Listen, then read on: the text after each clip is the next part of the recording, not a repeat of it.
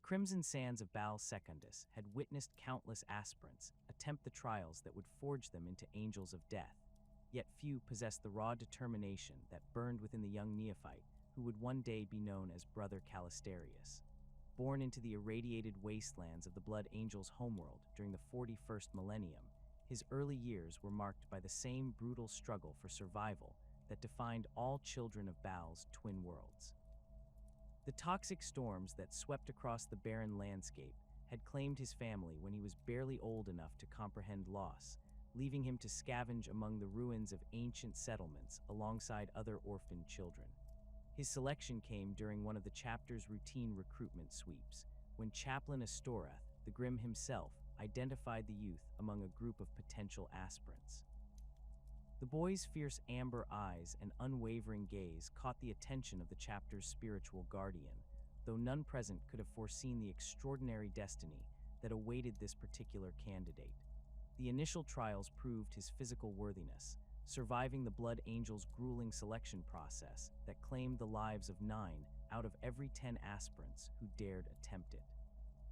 The transformation from mortal flesh to transhuman warrior began in the depths of the Fortress Monastery on Baal, where the sacred gene seed of Sanguinius worked its miraculous changes upon his body. The implantation process proceeded without the complications that often plagued other aspirants, his body accepting each organ with remarkable compatibility. The catalepsian node, os medulla, and hemistamen integrated seamlessly, while the crucial omophagia allowed him to process the genetic memories contained within consumed flesh, an ability that would prove significant in his later development. During his time in the Scout Company, Calistarius demonstrated the tactical acumen and battlefield awareness that marked him as exceptional among his peers. His first taste of combat came during anti-piracy operations in the outer reaches of the Baal system, where his scout squad was tasked with reconnaissance and sabotage missions against raider vessels that had been preying on Imperial shipping lanes. The young scout's ability to remain motionless for hours while observing enemy positions, combined with his uncanny knack for anticipating enemy movements, earned him recognition from his sergeants. The first manifestation of his psychic abilities occurred during a training exercise in the chapter's combat simulators. While engaged in a mock battle scenario, Calistarius suddenly froze mid-movement, his eyes rolling back as visions of an impending orc attack on the nearby agri-world of Lysios flooded his consciousness. The intensity of the psychic episode left him unconscious for several hours, during which he spoke in tongues and displayed knowledge of events occurring light years away. When astropathic communications confirmed the accuracy of his visions 3 days later, the chapter's librarians took immediate interest in the young scout. Chief Librarian Mephiston, then serving in that august position, personally oversaw the initial testing of Calistarius's burgeoning psychic potential. The examinations revealed a mind capable of channeling the warp's energies with unusual stability, though the young Astartes struggled to control the intensity of his abilities. His psychic signature registered as alpha level on the Imperial classification system, marking him as one of the most potent psychers the chapter had encountered in recent memory. The decision to transfer him from the Scout Company to begin librarian training was made swiftly, though his combat training continued in parallel with his psychic education. Under the tutelage of the chapter's senior librarians, Calistarius learned to harness the powers that flowed through his enhanced mind. The Tarot Imperialis became his first tool of divination, its ancient cards revealing glimpses of possible futures that he struggled to interpret with his limited experience. His progression through the basic disciplines of telepathy and precognition proceeded at an accelerated pace, though his instructors noted a concerning intensity to his psychic emanations that required constant monitoring to prevent dangerous manifestations. His formal induction as a battle brother occurred during the traditional ceremony held in the Hall of Sarcophagi, where the preserved remains of fallen heroes bore witness to new additions to the chapter's ranks. The ritual scarification that marked his transition from neophyte to full Astartes was performed by Master of Sanctity Astoreth himself, the sacred blades carving the chapter's iconography into his flesh, while he recited the litanies of blood. The pain was transcended through meditation techniques learned during his psychic training, allowing him to maintain perfect stillness throughout the lengthy ceremony. Brother Calistarius's first assignment as a battle brother placed him within the 5th Company under Captain Erasmus Tycho's command, though his dual role as an apprentice librarian meant he often served alongside other companies when his psychic abilities were required.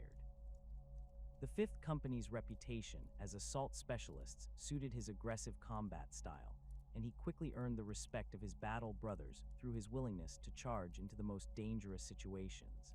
His psychic powers manifested most strongly during close combat, where the proximity to death and violence seemed to amplify his abilities. The orc incursions that periodically threatened the Baal system provided ample opportunity for Calistarius to hone his skills in actual combat. During the defense of the mining station on Baal Primus, his squad encountered a mob of orc boys led by a massive knob whose crude power claw had already claimed 2 battle brothers. As the greenskin champion charged toward their position, Calistarius experienced a sudden surge of precognitive awareness that allowed him to anticipate the creature's attack pattern with perfect clarity. His bolt pistol rounds found their mark in the gaps of the orc's crude armor, while his chainsword carved through the beast's thick hide with surgical precision. The aftermath of that engagement revealed the true extent of his psychic development when Calistarius unconsciously absorbed fragments of the orc knob's memories through his omophagia. The alien thoughts and battle lust that flooded his mind should have driven him into a frenzy, yet he maintained perfect control while processing the foreign experiences.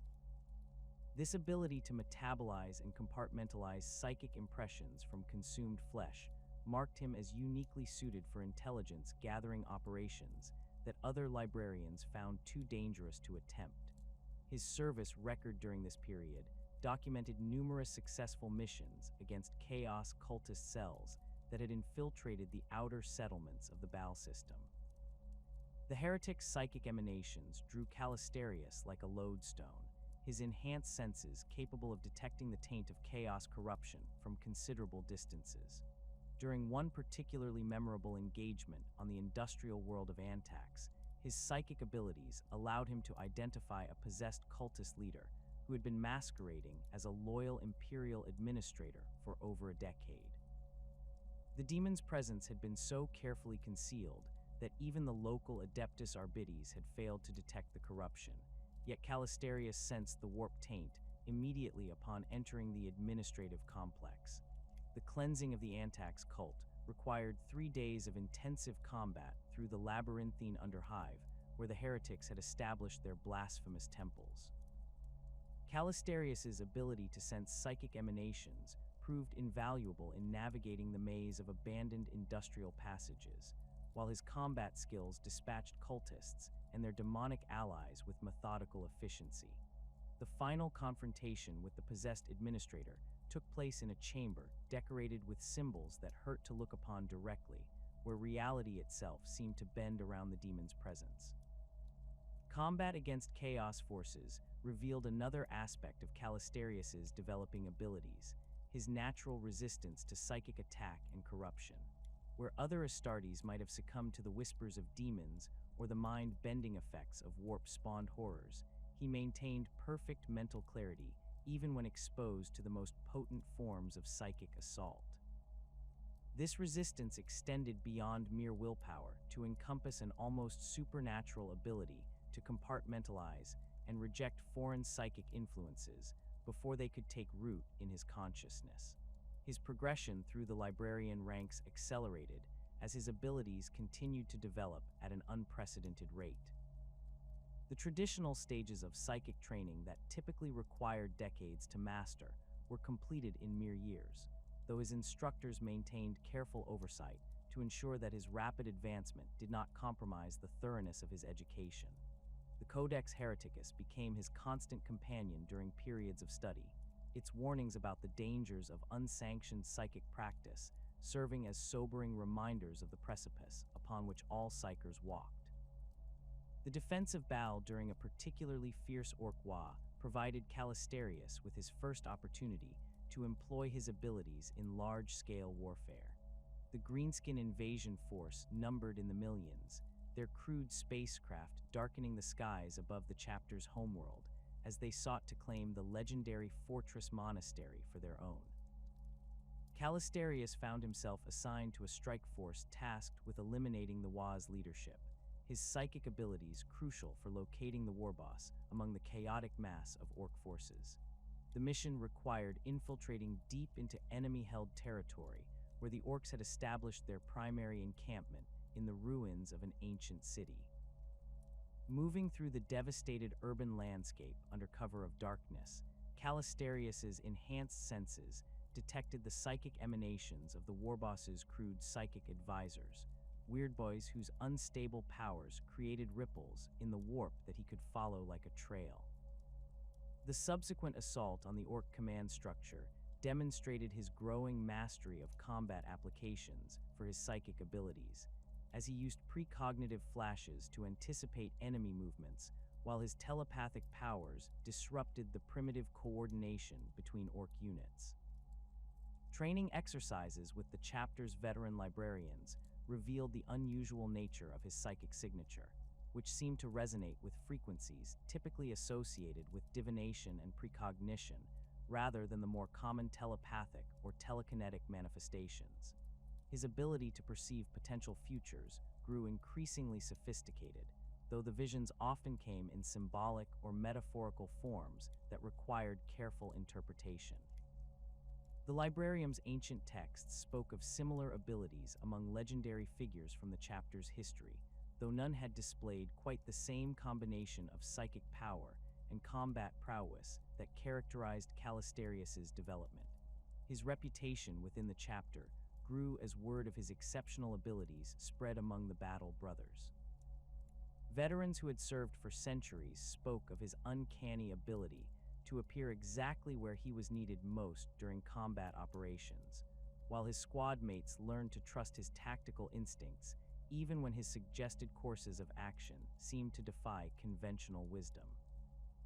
The younger Battle Brothers looked upon him with a mixture of awe and uncertainty, recognizing that something extraordinary was developing within their brother, yet unable to fully comprehend the magnitude of his potential.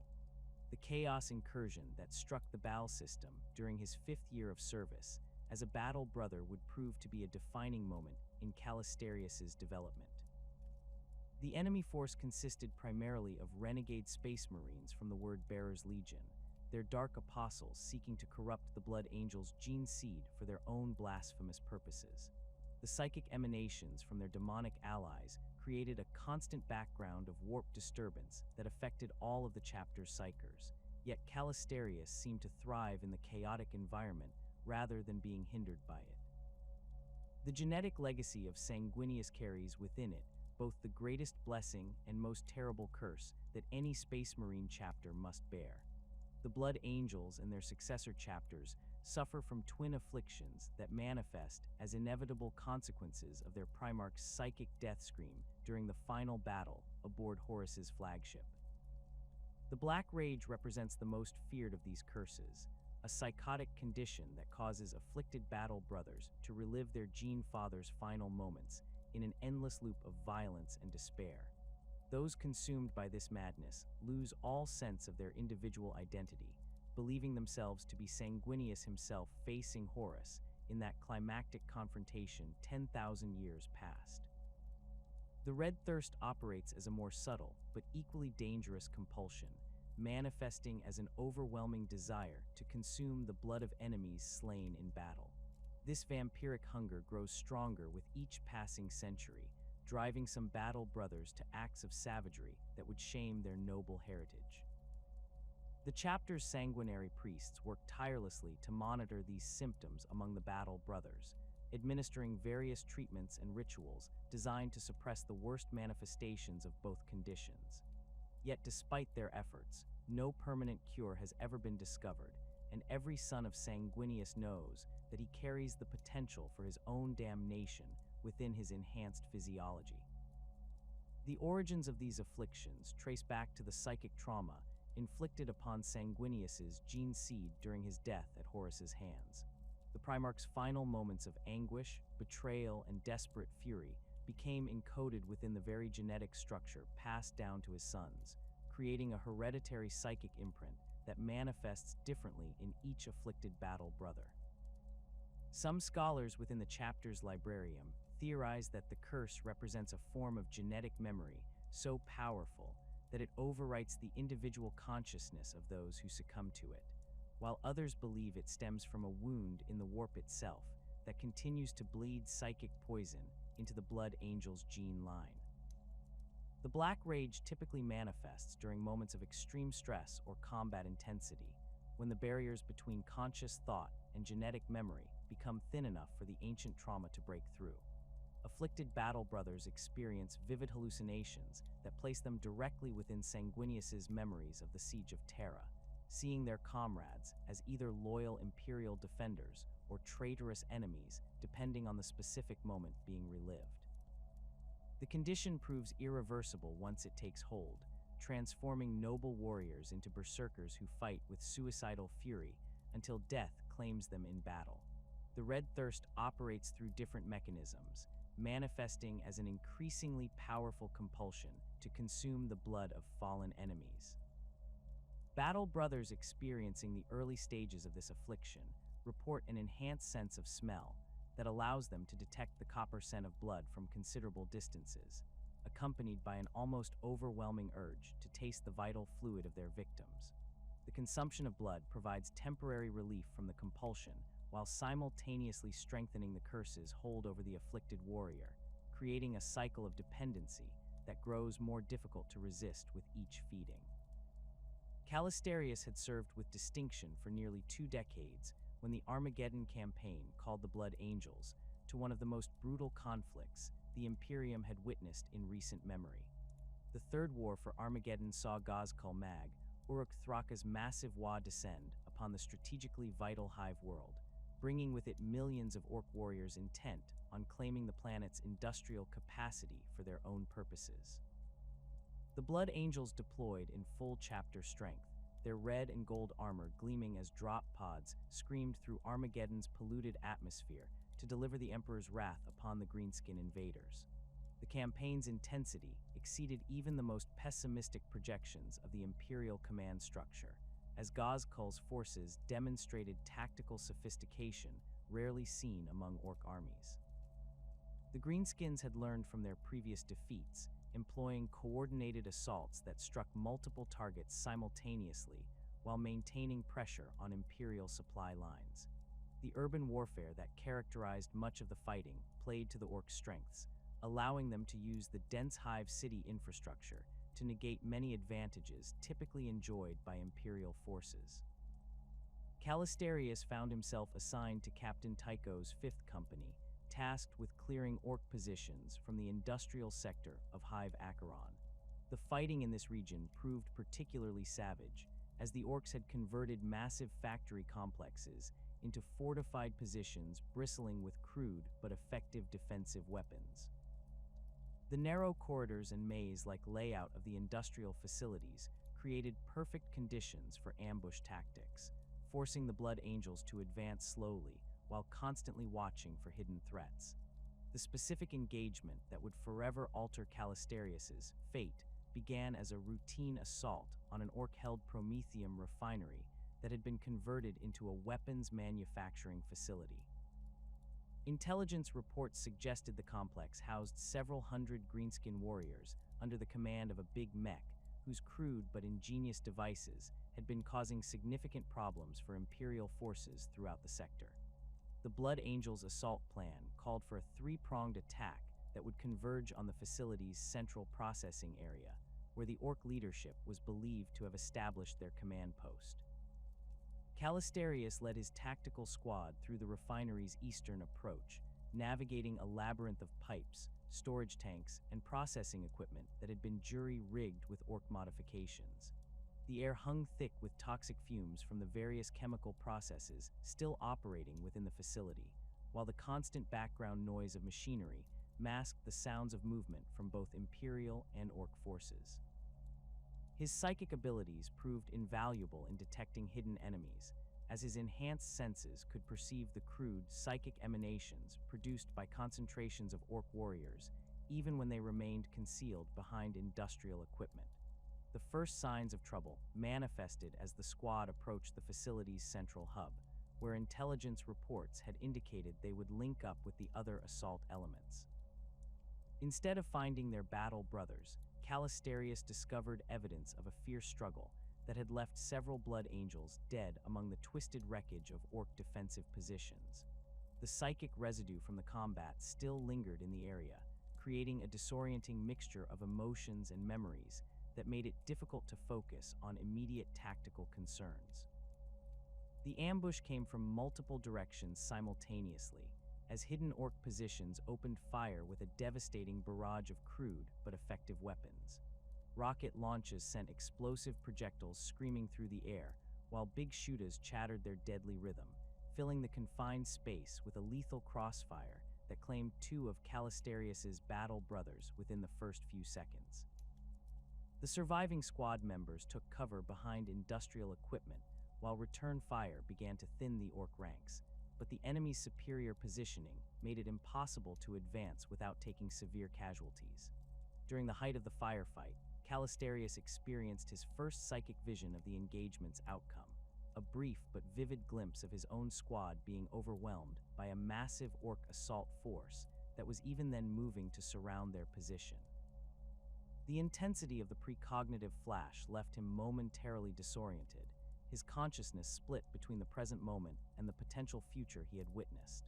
When his awareness returned to the immediate situation, he realized that the vision's accuracy could only be tested by taking decisive action to alter the predicted outcome. His attempt to rally his remaining battle brothers and execute a fighting withdrawal triggered a cascade of psychic phenomena that he had never experienced before. The combination of intense combat stress, proximity to death, and the psychic resonance from fallen comrades created conditions that somehow amplified the latent genetic memories carried within his enhanced physiology. The first manifestation appeared as a sudden shift in his visual perception, as the industrial facility around him began to fade and transform into the corridors of a massive starship that he somehow recognized as the Vengeful Spirit. The transformation proved gradual at first, with elements of the present reality remaining visible, alongside the emerging vision of Horus's flagship. Calistarius could still hear the sounds of combat around him and feel the weight of his bolt pistol in his hand, yet simultaneously, he experienced the sensation of walking through the ship's corridors while wearing different armor and carrying weapons he had never seen before. The dichotomy between these two realities created a profound sense of disorientation that made it increasingly difficult to maintain focus on the tactical situation. As the Black Rage took deeper hold of his consciousness, the industrial refinery faded entirely from his perception, replaced by the Baroque splendor and corruption of the War Master's vessel during the final hours of the Horus heresy. The orcs firing at his position became transformed in his mind into word-bearers and sons of Horus, their crude weapons replaced by the sophisticated armaments of Chaos Space Marines. His battle brothers appeared as members of the Imperial Fists and Blood Angels, who had accompanied him on the desperate mission to confront Horus directly, their voices calling out tactical information that his altered perception interpreted as warnings about traitor positions. The psychic intensity of the experience proved overwhelming even for someone of Calistarius's exceptional abilities. Where other battle brothers succumbing to the Black Rage experienced a complete replacement of their consciousness with Sanguinius's memories, his case demonstrated unusual characteristics that would later be recognized as significant. Rather than losing his individual identity entirely, he seemed to maintain a dual awareness that allowed him to process both the genetic memories and his actual surroundings simultaneously, though his behavioral responses remained completely controlled by the rage. His squad mates watched in horror as their sergeant began exhibiting the unmistakable symptoms of the Black Rage, his amber eyes taking on the wild intensity that marked those consumed by the curse. His tactical communications became increasingly incoherent, filled with references to battles and individuals that had no bearing on their current situation. When he began calling out warnings about Horus's approach and demanding to know the status of the Imperial Palace's defenses, the surviving battle brothers realized that they had lost their leader to the chapter's most feared affliction. The ferocity with which Calistarius threw himself into combat, once the rage took hold, exceeded anything his battle brothers had witnessed before. His chainsword carved through orc positions with mechanical precision, while his bolt pistol found targets with uncanny accuracy. Yet his tactics showed none of the careful planning and measured aggression that had characterized his previous leadership style. Instead, he fought with the desperate fury of someone who believed the fate of the entire Imperium hung in the balance, charging into situations that should have resulted in immediate death, yet somehow emerging victorious through sheer determination and combat skill. The engagement's conclusion saw the orc position completely destroyed, though at a terrible cost in Blood Angel's casualties. Calistarius himself sustained numerous wounds that would have killed an unenhanced human several times over, yet he continued fighting until the last greenskin fell beneath his blade. Only when the immediate threat had been eliminated did the full extent of his condition become apparent to the reinforcements that arrived to secure the facility. His continued ravings about Horus and the siege of Terra left no doubt about his affliction, while his refusal to recognize his own battle brothers as anything other than potential enemies or allies in an ancient conflict confirmed the diagnosis. The standard protocol for battle brothers consumed by the Black Rage called for immediate transfer to the Death Company, where they would serve alongside other afflicted warriors until death claimed them in battle. This elite unit operated outside the normal command structure, led by chaplains trained specifically to guide the rage consumed toward glorious deaths that would honor both their sacrifice and the memory of their primarch.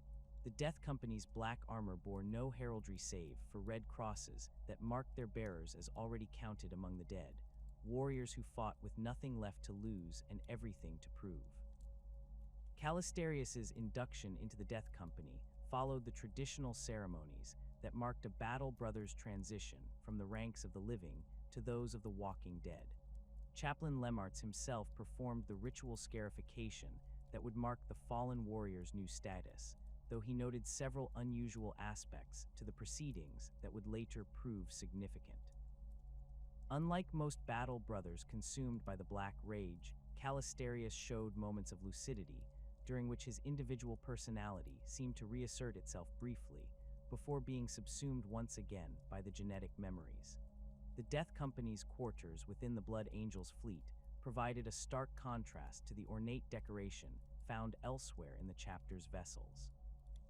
These chambers were designed for function rather than comfort, containing only the most basic necessities required to maintain the afflicted warriors between combat operations.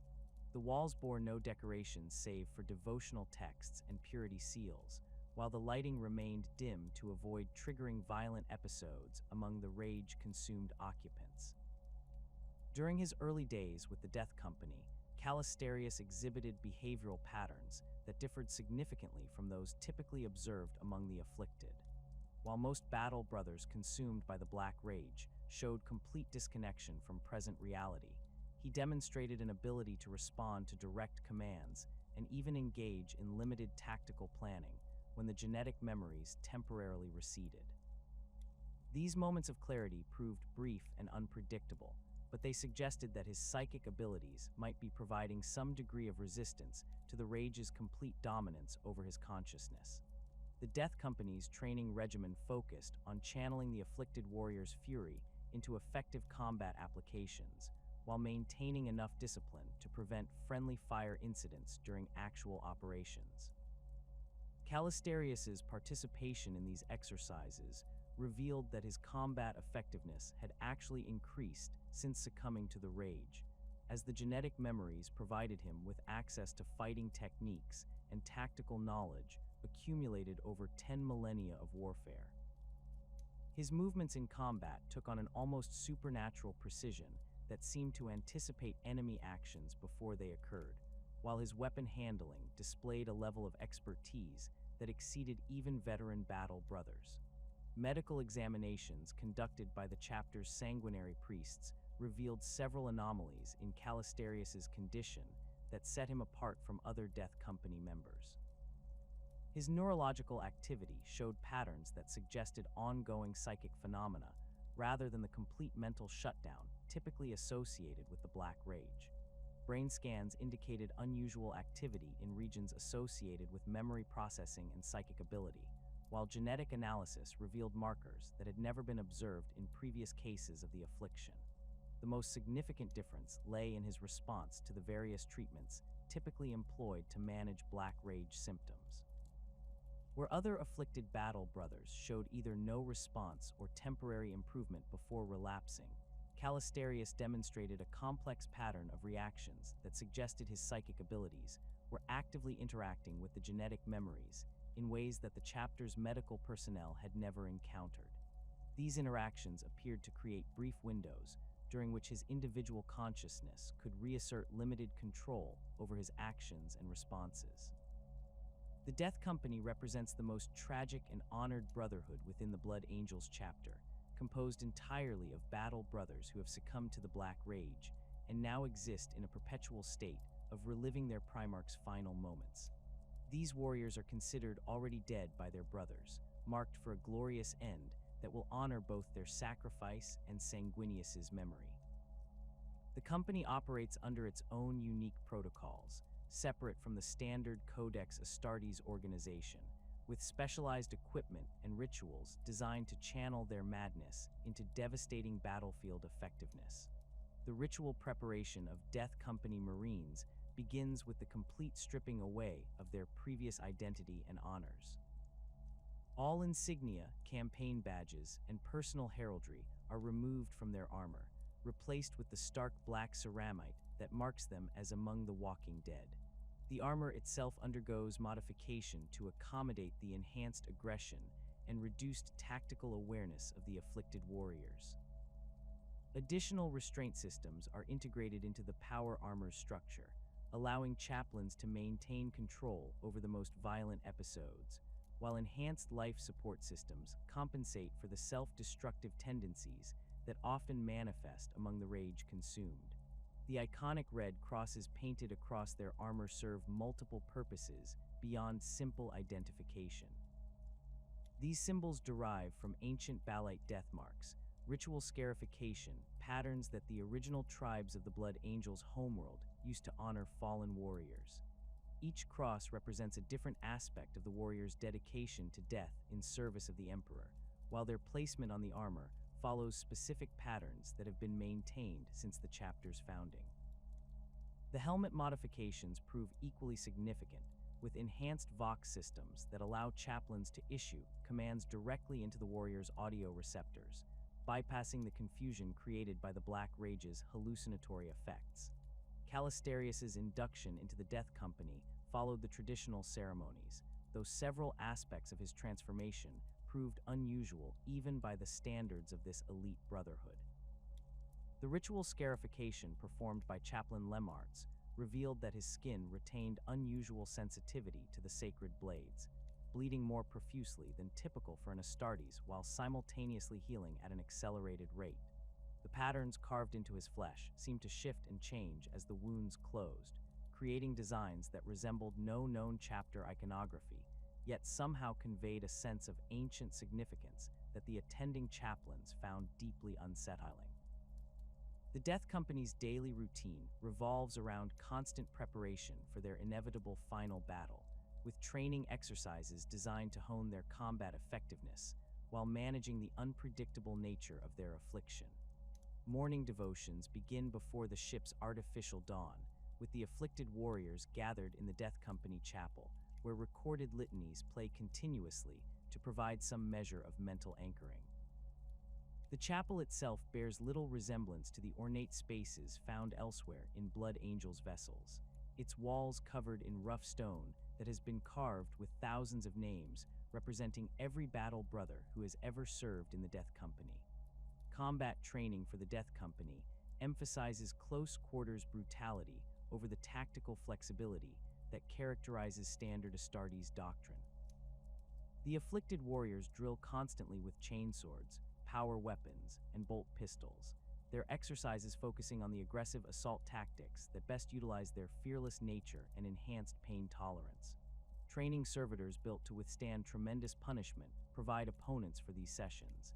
Their reinforced chassis designed to survive the devastating attacks that Death Company Marines deliver with mechanical precision despite their apparent madness.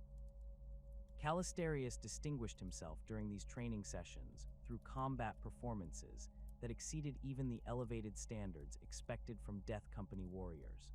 His movements displayed an uncanny prescience that allowed him to anticipate training partner attacks with supernatural accuracy, while his weapon handling showed techniques that seemed to draw from centuries of accumulated experience.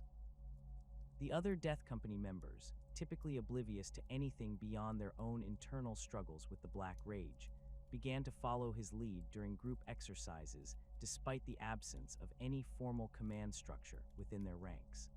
The chaplains responsible for Death Company oversight noted several concerning developments in Calistarius's behavior that set him apart from other afflicted battle brothers. During moments when the Black Rage temporarily receded, he demonstrated awareness of his actual surroundings and current situation rather than remaining trapped within Sanguinius's memories. These episodes of clarity proved brief and unpredictable, but they suggested that his psychic abilities were providing some form of resistance to the complete mental domination that characterized typical cases of the affliction. Equipment allocation for Death Company Marines follows specific protocols designed to maximize their effectiveness while minimizing the risk of friendly fire incidents. Standard loadouts include bolt pistols modified with enlarged trigger guards to accommodate the tremors that often affect afflicted warriors, while close combat weapons receive enhanced power field generators to compensate for the reduced technical maintenance that Death Company equipment typically receives. Jump packs are distributed based on individual behavioral assessments, with the most stable warriors receiving these valuable pieces of equipment to serve as assault spearheads during combat operations. Calistarius received a standard Death Company loadout consisting of a bolt pistol, chainsword, and frag grenades, though his weapons showed unusual characteristics that the chapter's tech marines struggled to explain. His bolt pistol demonstrated enhanced accuracy that exceeded normal specifications despite showing no mechanical modifications, while his chainsword's motor ran with a distinctive harmonic frequency that seemed to resonate with his psychic emanations. The weapon's teeth showed no signs of dulling despite constant use during training exercises, maintaining their razor sharpness through what appeared to be some form of psychic enhancement. The spiritual preparation of Death Company warriors represents one of the most challenging aspects of chaplain duties within the Blood Angels chapter.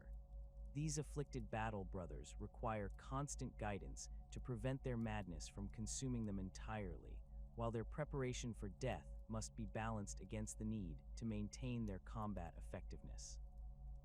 The chaplains assigned to Death Company oversight undergo specialized training that focuses on managing the unique psychological challenges presented by warriors who exist in a state of perpetual hallucination while retaining their superhuman combat abilities.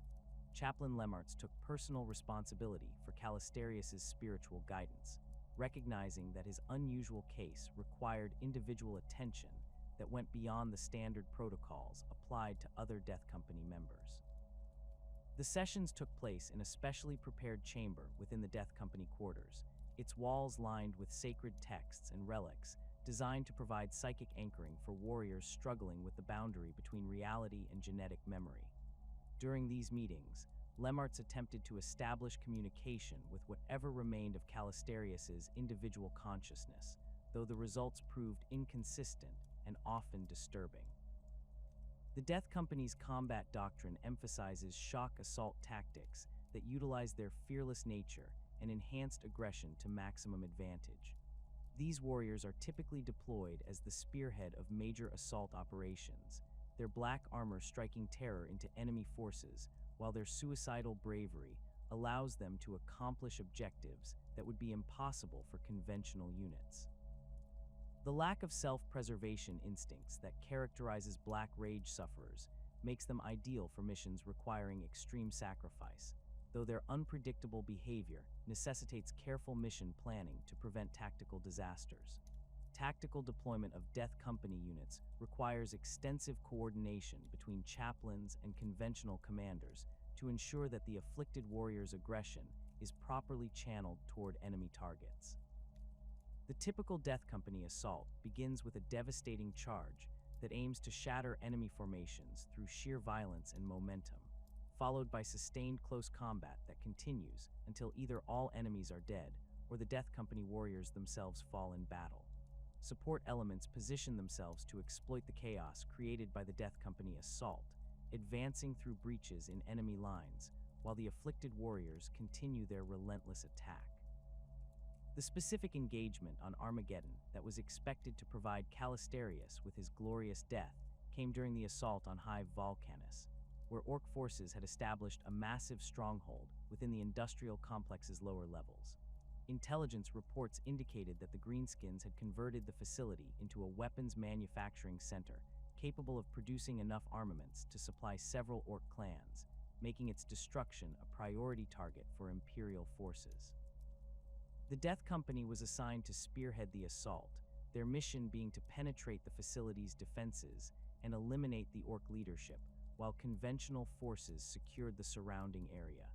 The approach to High Volcanus required the Death Company to navigate through several kilometers of industrial wasteland that had been heavily fortified by the Orc defenders.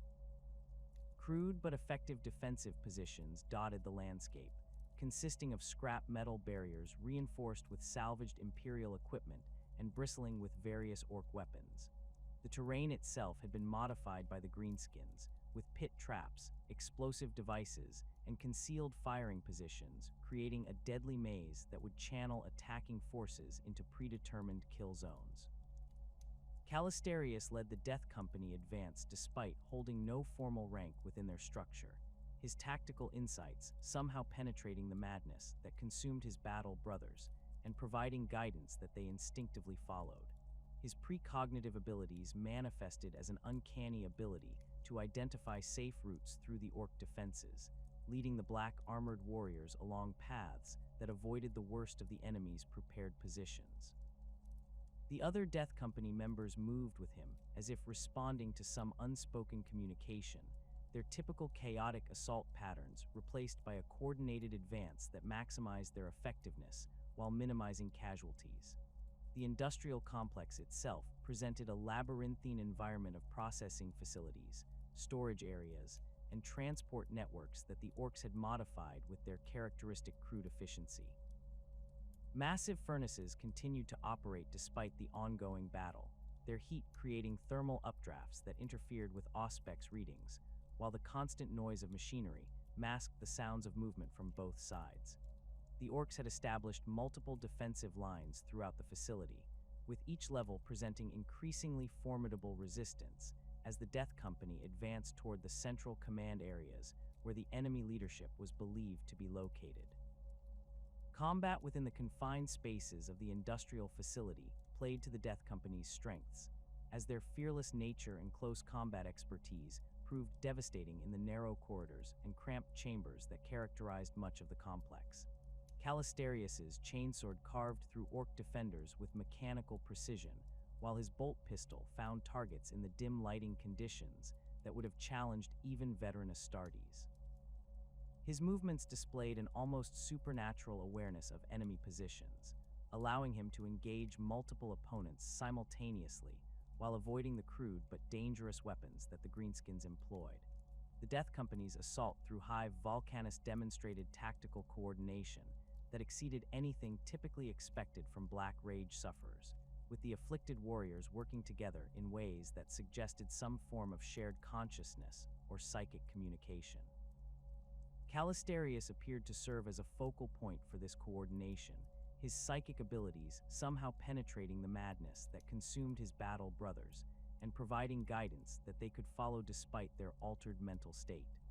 The result was a devastating advance that shattered Orc defensive positions with unprecedented efficiency while maintaining the relentless aggression that characterized Death Company operations.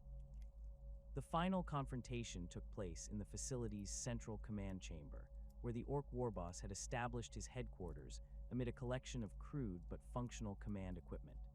The greenskin leader proved to be a massive specimen, even by orc standards, his body enhanced with various mechanical augmentations that increased both his size and combat effectiveness.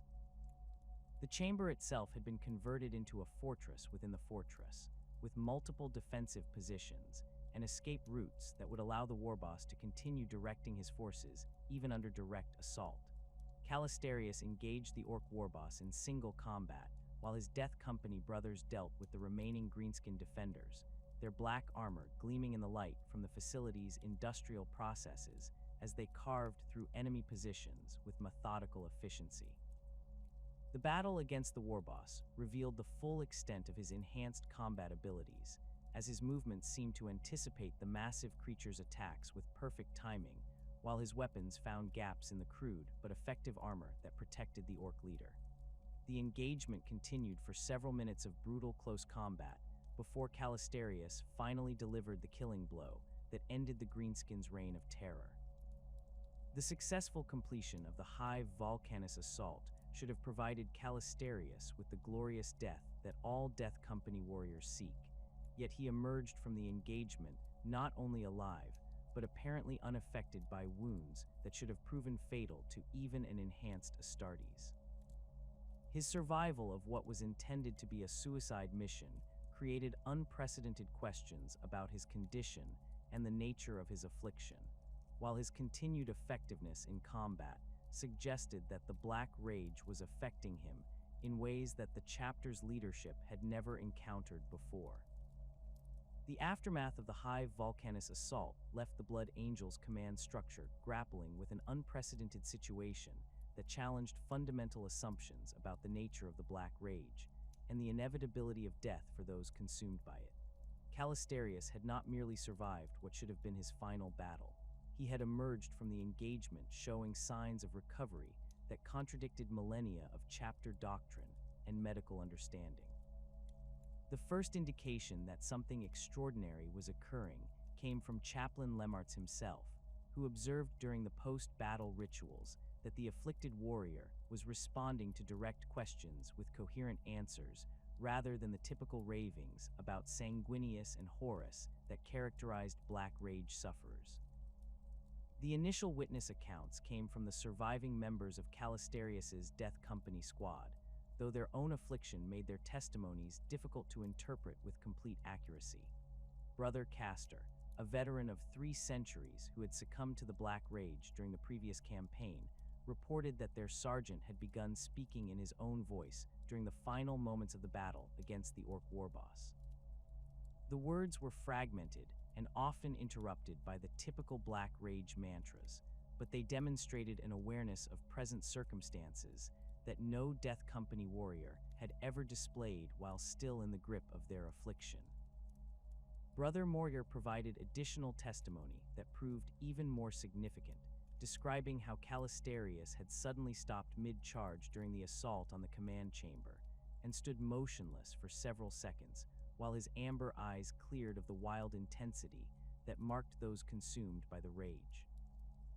During this brief moment, he had issued tactical commands in his normal voice, directing the remaining Death Company members to specific positions that would maximize their effectiveness against the orc defenders. The clarity of these instructions and their tactical soundness suggested that his individual consciousness had somehow reasserted control over his actions, even if only temporarily. The most compelling witness account came from Chaplain Lemartz himself, who had been monitoring the Death Company's assault through Vox communications and direct observation when possible. His report to the chapter command described a gradual transformation that began during the most intense phase of the battle, as Calistarius's communications shifted from the incoherent ravings typical of Black Rage sufferers to increasingly lucid tactical assessments. The chaplain noted that these moments of clarity seemed to coincide with periods of extreme psychic activity, as if the intense combat conditions were somehow catalyzing a reaction between his psychic abilities and the genetic memories that comprised the Black Rage. The physical examination conducted by sanguinary priest Corbulo revealed physiological changes that had never been documented in any previous case of Black Rage recovery. Neurological scans showed dramatically altered brainwave patterns, with regions associated with memory processing and psychic ability displaying activity levels that exceeded normal parameters for even the most powerful space marine psychers. The genetic markers that typically indicated active black rage symptoms had diminished significantly, though they remained present at levels that suggested the condition had not been completely eliminated, but rather somehow contained or controlled. Blood analysis provided additional evidence of the unprecedented nature of Calistarius's recovery, revealing chemical compositions that differed markedly from both normal Astartes physiology and the typical biochemical signatures associated with black rage sufferers. Stress hormones that should have been elevated to dangerous levels had returned to normal ranges, while neurotransmitter patterns showed the balanced distribution characteristic of mentally stable warriors rather than the chaotic fluctuations that marked those consumed by genetic madness. Most significantly, the psychic resonance detectable in his blood samples indicated ongoing interaction between his enhanced abilities and the sanguineous gene seed at a cellular level. The theological implications of Calistarius's apparent recovery created intense debate among the chapter's spiritual leadership, as his survival challenged core beliefs about the nature of the Black Rage and its role in the Blood Angels' relationship with their Primarch's legacy. The traditional understanding held that the Black Rage represented an inevitable consequence of carrying Sanguinius's genetic heritage, a burden that connected each battle brother to their gene father's sacrifice, while ultimately claiming their individual identity in service to that greater purpose. The possibility that this condition could be overcome through force of will and psychic power suggested either a fundamental misunderstanding of the curse's nature or the emergence of capabilities that transcended normal limitations. Master of Sanctity Astorath, the Grim conducted extensive theological research into historical precedents that might explain Calistarius's unprecedented recovery, consulting ancient texts and chapter records that dated back to the earliest days following the Horus Heresy. His investigations revealed scattered references to warriors who had displayed unusual resistance to the Black Rage, though none had achieved complete recovery while retaining their individual consciousness. The most relevant historical case involved a librarian named Raphin, who had reportedly maintained limited awareness during his affliction, though he had ultimately succumbed to the condition after several months of gradual deterioration. The scientific analysis conducted by the chapter's tech marines and apothecaries focused on identifying the mechanisms that had enabled Calistarius's recovery, though their investigations were hampered by the unique nature of his psychic abilities and their interaction with Astartes' physiology. Gene seed compatibility tests revealed unusual patterns of integration that differed from standard implantation results, while psychic resonance measurements indicated energy signatures that had never been recorded in previous studies of space marine psychers.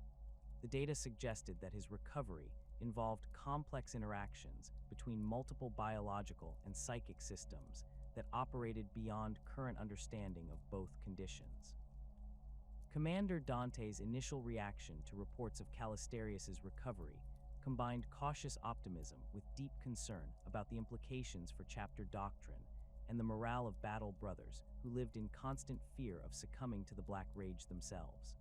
The chapter master's long experience had taught him to approach extraordinary claims with skepticism, particularly when they involved conditions as well understood as the genetic curses that plagued Sanguinius's sons. His decision to personally interview the recovered warrior reflected both his desire to verify the reports and his recognition that the situation required the highest levels of command attention. The private meeting between Dante and Calistarius took place in the chapter master's personal chambers aboard the battle barge Red Tier, with only Chaplain Lemarts present to provide spiritual guidance and witness testimony.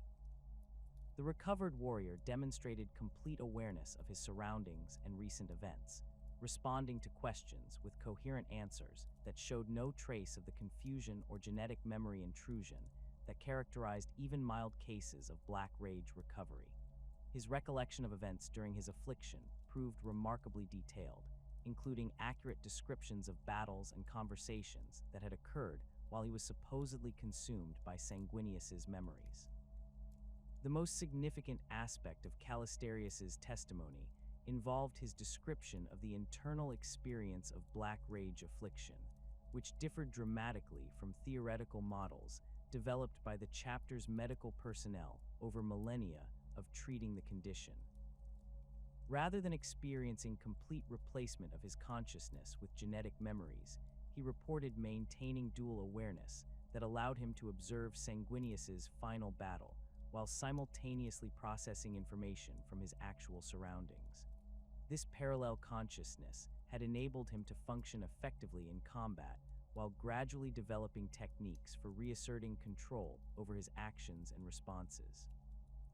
His explanation of the recovery process revealed the crucial role played by his psychic abilities in creating barriers between his individual consciousness and the overwhelming genetic memories that comprise the Black Rage. Through focused mental discipline and careful manipulation of psychic energy, he had gradually constructed what he described as mental compartments that allowed him to experience the Primarch's memories without being consumed by them. The technique required constant concentration and had developed over several months of internal struggle that remained largely invisible to external observers until the final breakthrough occurred during the Hive Volcanus assault.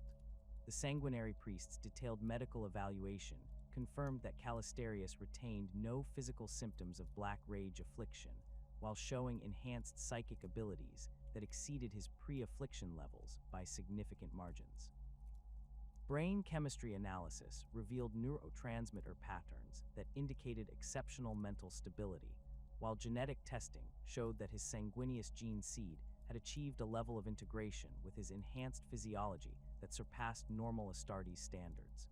The medical evidence supported his claims about developing internal techniques for managing genetic memory intrusion, though the specific mechanisms remained beyond current scientific understanding. Chief Librarian Mephiston's assessment of Calistarius's psychic development revealed capabilities that placed him among the most powerful psychers the chapter had ever produced, with particular strength in disciplines related to precognition and mental resistance that had proven crucial to his recovery. The enhanced abilities appeared to result from the intense psychic stress experienced during his affliction, as if the struggle against genetic memory domination had forced his mind to develop new pathways and defenses that increased his overall psychic potential. Mephiston's recommendation that Calistarius receive advanced librarian training reflected both recognition of his enhanced abilities and concern about the implications of his unprecedented recovery. The reaction from rank and file battle brothers varied considerably depending on their individual experiences with the Black Rage and their understanding of chapter doctrine regarding the genetic curses. Veterans who had served for centuries expressed skepticism about claims of recovery, having witnessed too many false hopes and temporary improvements that ultimately led to tragic relapses. Younger warriors showed greater willingness to accept the possibility of overcoming the curse, though many struggled to reconcile this hope with the fatalistic acceptance that had traditionally characterized Blood Angels' culture regarding their genetic heritage. The chapter's chaplains faced particular challenges in addressing the theological questions raised by Calistarius's recovery, as their traditional role involved preparing battle brothers for inevitable death rather than offering hope for overcoming the genetic curses. The established rituals and teachings that had provided comfort to generations of Blood Angels suddenly seemed inadequate when confronted with evidence that the Black Rage might not represent an absolute sentence of death and madness. Chaplain Lemartz worked to develop new approaches to spiritual guidance that acknowledged the possibility of recovery while maintaining the discipline and acceptance that kept the chapter functional despite their genetic burdens. The broader implications of Calistarius's recovery extended beyond the immediate concerns of the Blood Angels chapter to encompass questions about the nature of gene seed corruption and the potential for developing treatments that could benefit all of Sanguinius's successor chapters. The Flesh Terrors, Lamenters, and other descendants of the Great Angel had struggled with the same genetic curses for millennia, their battle brothers facing identical fears about succumbing to madness and bloodlust. The possibility that psychic techniques could provide resistance or even recovery from these conditions offered hope for thousands of warriors who had resigned themselves to eventual damnation. Research initiatives launched in response to Calistarius's case focused on identifying the specific factors that had enabled his unprecedented recovery, with particular attention to the role of psychic ability in resisting genetic memory intrusion. The chapter's librarian began developing training programs designed to help other psychers within the chapter develop similar mental disciplines, though early results suggested that the techniques required exceptional psychic potential and years of dedicated practice to achieve meaningful results.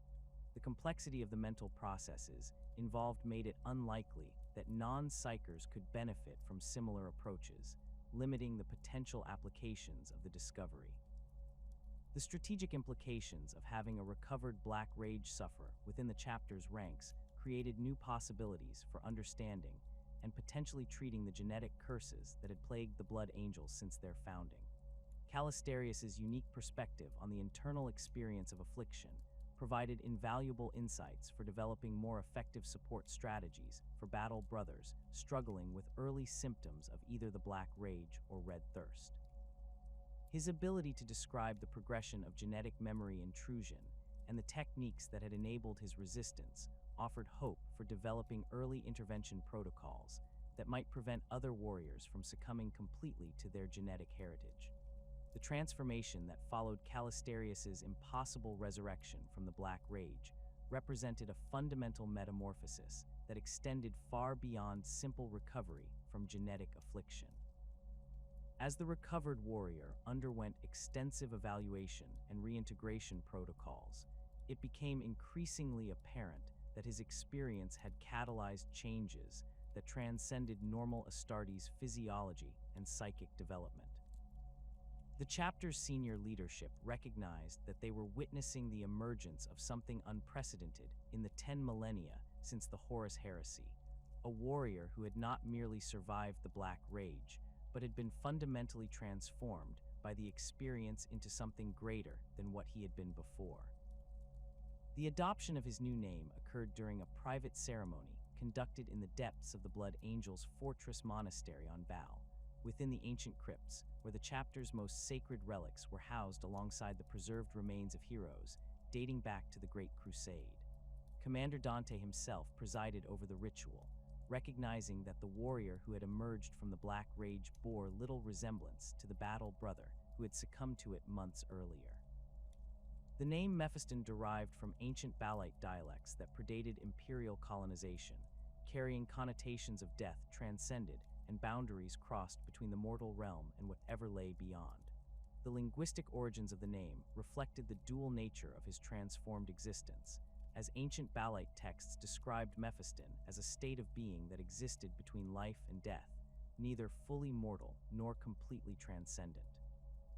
Tribal shamans of pre-imperial Baal had used the term to describe warriors who had journeyed to the threshold of death and returned bearing knowledge and power that set them apart from ordinary mortals.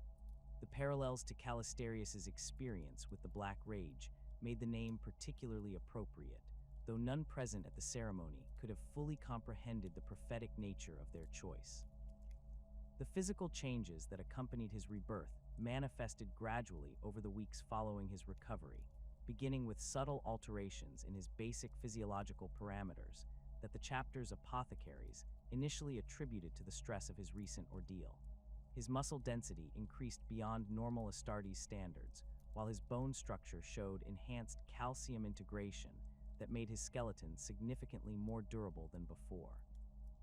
The modifications appeared to result from some form of accelerated adaptation process that was optimizing his physical form for capabilities that exceeded standard Space Marine specifications. His enhanced strength became apparent during routine training exercises when he accidentally damaged equipment designed to withstand the full force of Astartes warriors operating at peak performance.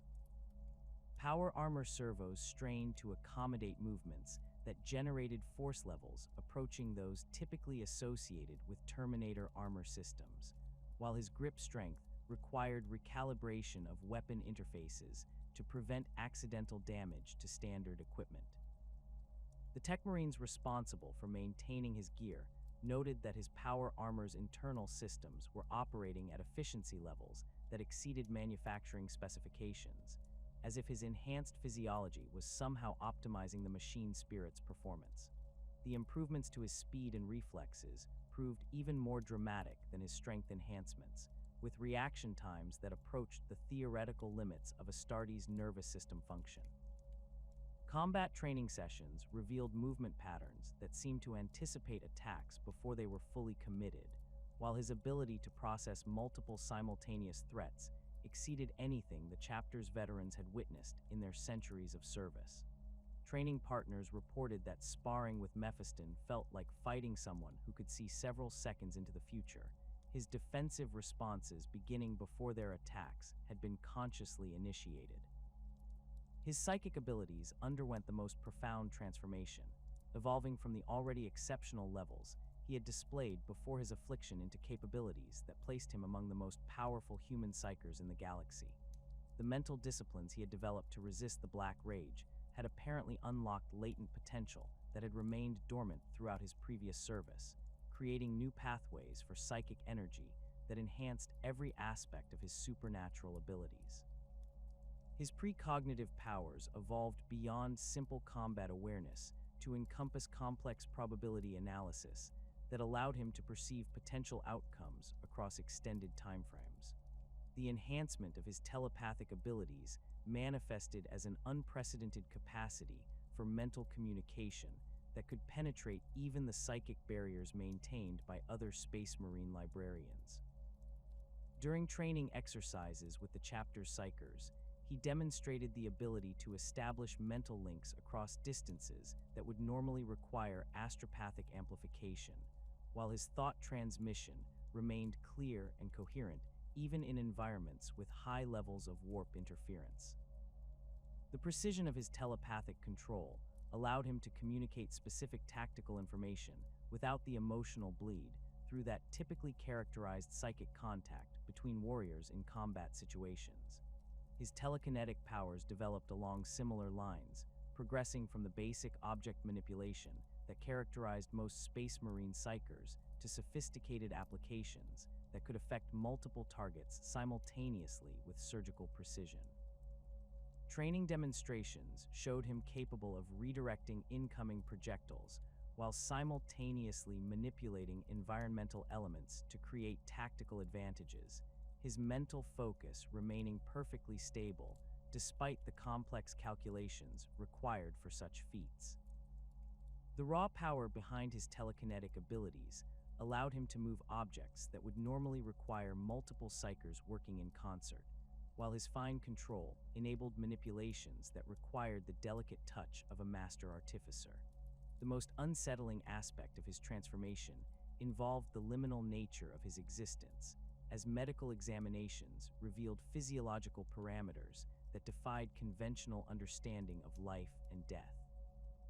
His cardiac rhythm showed irregular patterns that should have indicated severe medical distress, yet his physical performance remained at peak levels despite these anomalies. Brain activity scans revealed neural patterns that included frequencies typically associated with death states, while his cellular metabolism operated through mechanisms that the chapter's apothecaries struggled to categorize within normal biological frameworks. Temperature readings from his body showed variations that corresponded to his emotional and psychic states, with his core temperature dropping several degrees during periods of intense concentration, while rising beyond normal Astartes parameters during combat or psychic exertion. His blood chemistry included compounds that had never been identified in previous analyses of Space Marine physiology, while genetic testing revealed modifications to his sanguineous gene seed that appeared to have occurred at a molecular level during his recovery from the Black Rage. The changes suggested that his resurrection had involved processes that operated beyond conventional biological mechanisms, creating a hybrid existence that incorporated elements of both life and death. The integration process that returned Mephiston to active service within the chapter hierarchy required careful consideration of his unique capabilities and the unprecedented nature of his condition. His previous rank as a battle brother and his service with the Death Company had been effectively erased by his transformation, creating the need for a completely new assessment of his abilities and appropriate assignment within the chapter structure. The traditional progression through librarian ranks seemed inadequate for someone whose psychic abilities exceeded those of veterans who had served for centuries, while his combat effectiveness surpassed that of most company champions despite his relatively recent recovery. Commander Dante's decision to elevate Mephiston directly to the position of Chief Librarian represented a break with established chapter protocol that reflected both recognition of his exceptional abilities and acknowledgement that his transformation placed him beyond normal classification systems. The appointment required approval from the chapter's senior leadership council, including the Master of Sanctity, Chief Apothecary, and senior captains, all of whom had to reconcile their traditional understanding of rank progression with the reality of Mephiston's unprecedented capabilities. The ceremony that formalized his elevation to Chief Librarian took place in the chapter's primary librarium, surrounded by ancient texts and artifacts that had been collected over 10 millennia of service to the Imperium. The ritual scarification that marked his new position was performed using blades that had been blessed in the blood of previous Chief Librarians, their edges carving symbols into his flesh that represented mastery over the various psychic disciplines. The wounds healed with unusual speed, while leaving scars that glowed with faint psychic energy, creating permanent marks that served as both badge of office and conduit for his enhanced abilities. His assumption of the Chief Librarian position required him to take responsibility for overseeing the psychic development of all battle brothers within the chapter who displayed latent abilities, a role that involved both training and assessment of potential threats posed by uncontrolled psychic manifestations. The position carried authority over the chapter's collection of psychic artifacts and forbidden knowledge, including texts and relics that posed significant dangers to anyone lacking sufficient mental discipline to resist their corrupting influences. The responsibility for maintaining the psychic wards that protected the chapter's fortress monastery and fleet assets added another layer of complexity to his duties, requiring constant vigilance against warp-based threats that could compromise the entire organization. The reactions from other librarians within the chapter varied considerably depending on their individual perspectives on tradition and their assessment of Mephiston's qualifications for such rapid advancement. Veterans who had served for centuries in lower positions expressed private concerns about the precedent set by his immediate elevation to the highest psychic rank, while younger librarians showed greater acceptance of his appointment based on demonstrated ability rather than seniority. The complexity of managing these relationships required Mephiston to prove his worthiness through performance rather than relying on the authority of his position alone. His first major test as Chief Librarian came during a chaos incursion that threatened the outer reaches of the Baal system, where Word-Bearer's forces had established a foothold on one of the system's minor worlds and were conducting rituals designed to create a permanent warp rift. The psychic emanations from their blasphemous ceremonies created interference that disrupted conventional astropathic communications while threatening to attract demonic entities that could spread the corruption throughout the system. Mephiston's response to this crisis demonstrated both his enhanced abilities and his understanding of the responsibilities that came with his new position. The psychic barriers he erected around the affected world contained the chaos corruption, while allowing Imperial forces to approach without being overwhelmed by the warp energies emanating from the Word-Bearer's ritual sites. His mental shields proved capable of deflecting even the most potent psychic attacks launched by the enemy's dark apostles, while his counterattacks disrupted their ceremonies with precision strikes that targeted specific individuals within their ritual circles. The combination of defensive and offensive psychic warfare that he displayed during the engagement exceeded anything the chapter's previous chief librarians had achieved, validating Commander Dante's decision to elevate him to the position despite his unconventional path to leadership. The successful resolution of the Chaos incursion established Mephiston's reputation as a psychic warrior whose abilities transcended normal limitations, while his tactical coordination of the chapter's response demonstrated the strategic thinking required for senior leadership positions. His integration of psychic warfare with conventional military operations created new possibilities for the Blood Angel's combat doctrine, as his enhanced abilities allowed for coordination and support that had never been available to the chapter's commanders. The precedent set by his performance during the crisis provided a foundation for his continued service in the Chief Librarian position, though questions about the long-term implications of his transformation remained unresolved. The establishment of new training protocols for the chapter's psychers reflected Mephiston's unique perspective on psychic development and his understanding of the techniques that had enabled his own transformation. His curriculum emphasized mental discipline and barrier construction as primary defenses against warp corruption, while incorporating advanced meditation techniques that could help other librarians develop greater resistance to psychic attack.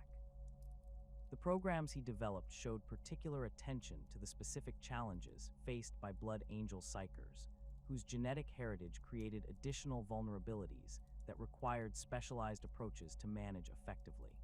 His research into the nature of his own transformation continued alongside his duties as Chief Librarian, as he sought to understand the mechanisms that had enabled his recovery from the Black Rage and the subsequent enhancement of his abilities. The investigation required careful analysis of both his genetic modifications and the psychic techniques he had developed during his affliction, while maintaining strict security protocols to prevent the information from being corrupted by chaos influences. The knowledge he gained from this research informed his approach to training other psychers within the chapter, though the complexity of his transformation made it unlikely that others could replicate his exact experience. The psychic transformation that accompanied Mephiston's rebirth elevated him to heights of mental power that few human minds could comprehend, let alone achieve.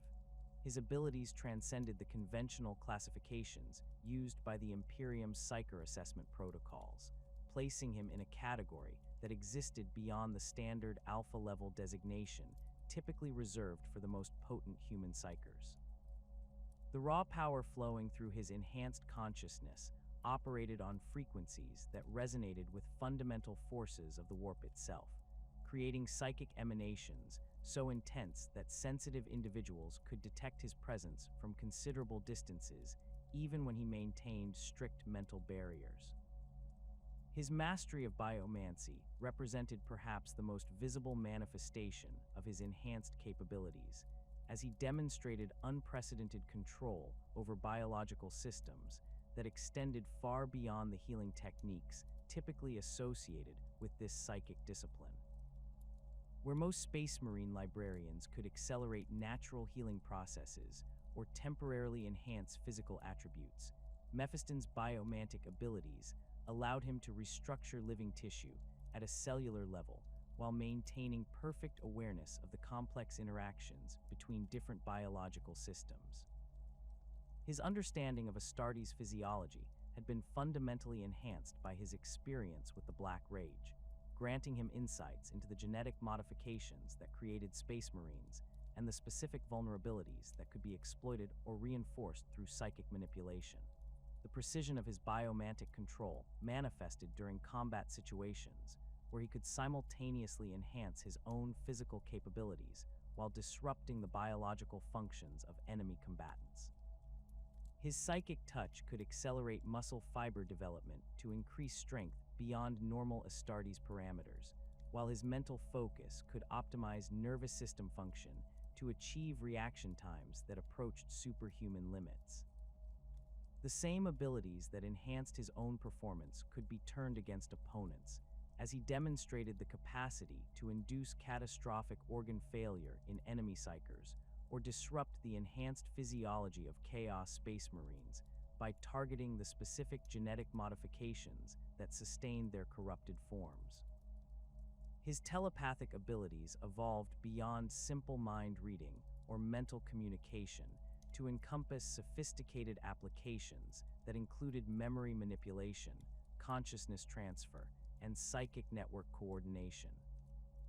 The mental barriers he had constructed to resist the Black Rage had apparently created new pathways for telepathic energy that allowed him to establish connections with multiple minds simultaneously while maintaining perfect clarity of communication with each individual contact.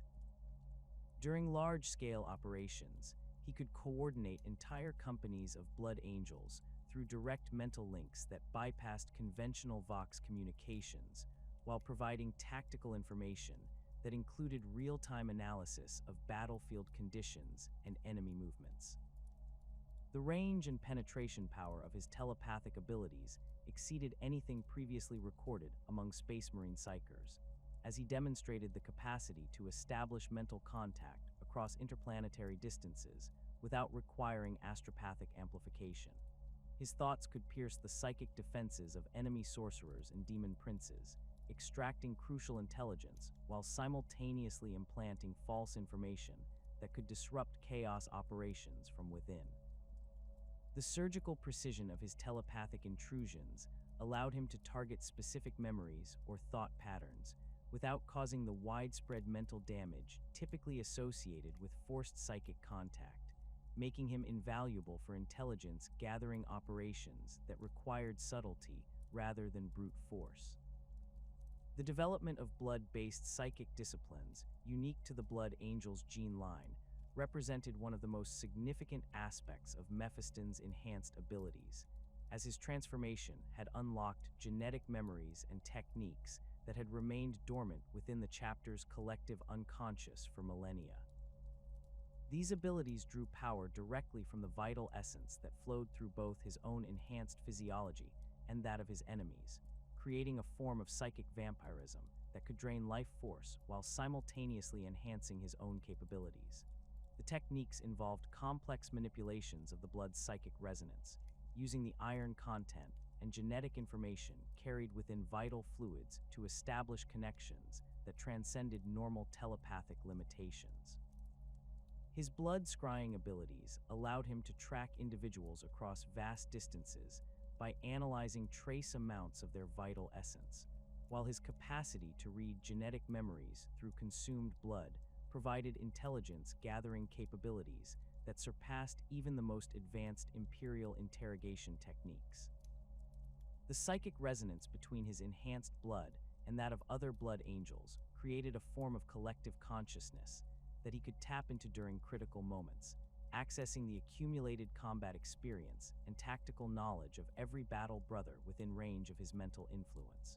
This shared awareness manifested most dramatically during large engagements, where his presence seemed to elevate the performance of entire companies beyond their normal capabilities. The comparison between Mephiston's abilities and those of other renowned Imperial psychers revealed the unprecedented nature of his transformation and the unique characteristics that set him apart from even the most accomplished practitioners of psychic warfare. Chief Librarian Tigurius of the Ultramarines, widely regarded as one of the Imperium's most powerful Space Marine psychers, possessed exceptional precognitive abilities and tactical foresight that had saved countless Imperial forces from destruction. However, Tigurius's powers operated primarily through divination and strategic analysis, lacking the raw destructive potential and biomantic mastery that characterized Mephiston's enhanced abilities.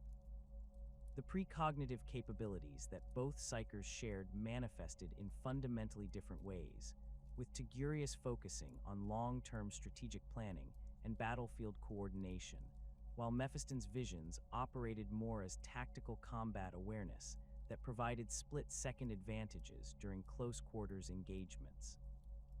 Tigurius could perceive potential outcomes across extended timeframes and coordinate massive military operations based on his analysis of probable futures, while Mephiston's precognition functioned more as an extension of his combat reflexes that allowed him to anticipate and counter enemy actions with supernatural precision. The complementary nature of their abilities reflected different approaches to psychic warfare, with Togurius serving as a strategic coordinator, while Mephiston operated as a tactical weapon designed for direct confrontation with the Imperium's most dangerous enemies. Chief Librarian Ezekiel of the Dark Angels represented another point of comparison, as his mastery of psychic warfare and his role as keeper of his chapters most closely guarded secrets paralleled aspects of Mephiston's position within the Blood Angels hierarchy. Ezekiel's abilities focused heavily on mental fortification and resistance to chaos corruption, skills that had been honed through centuries of hunting the fallen and confronting the psychological warfare employed by chaos forces. His telepathic defenses could withstand assaults from greater demons, while his offensive capabilities included psychic attacks that could shatter enemy formations through targeted fear and confusion effects. The fundamental difference between Ezekiel's approach and Mephiston's enhanced abilities lay in their relationship with the source of their power, as the Dark Angel's Chief Librarian maintained strict control over his psychic emanations to prevent any possibility of chaos corruption, while Mephiston's transformation had created a more intimate connection with the warp that allowed for greater raw power at the cost of increased risk.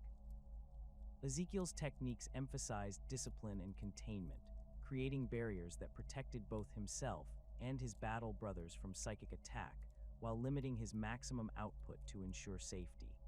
Mephiston's abilities operated without such restrictions, drawing power directly from the fundamental forces that shaped reality, while relying on his enhanced mental fortifications to prevent corruption or possession.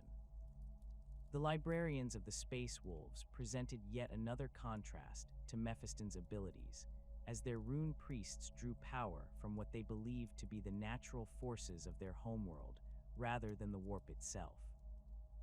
Wolflord Enjal Stormcaller's mastery of weather manipulation and his capacity to channel the fury of Fenris's storms created devastating battlefield effects that could alter the course of entire campaigns, while his resistance to chaos corruption stemmed from his chapter's unique relationship with their psychic traditions.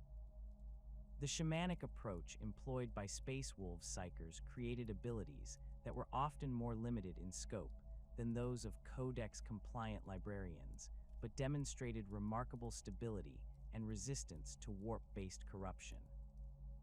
Mephiston's blood-based disciplines represented a middle ground between the strict Codex approaches employed by chapters like the Ultramarines and the more esoteric techniques developed by organizations like the Space Wolves, as his abilities drew power from sources that were simultaneously part of the warp and intrinsically connected to his physical form.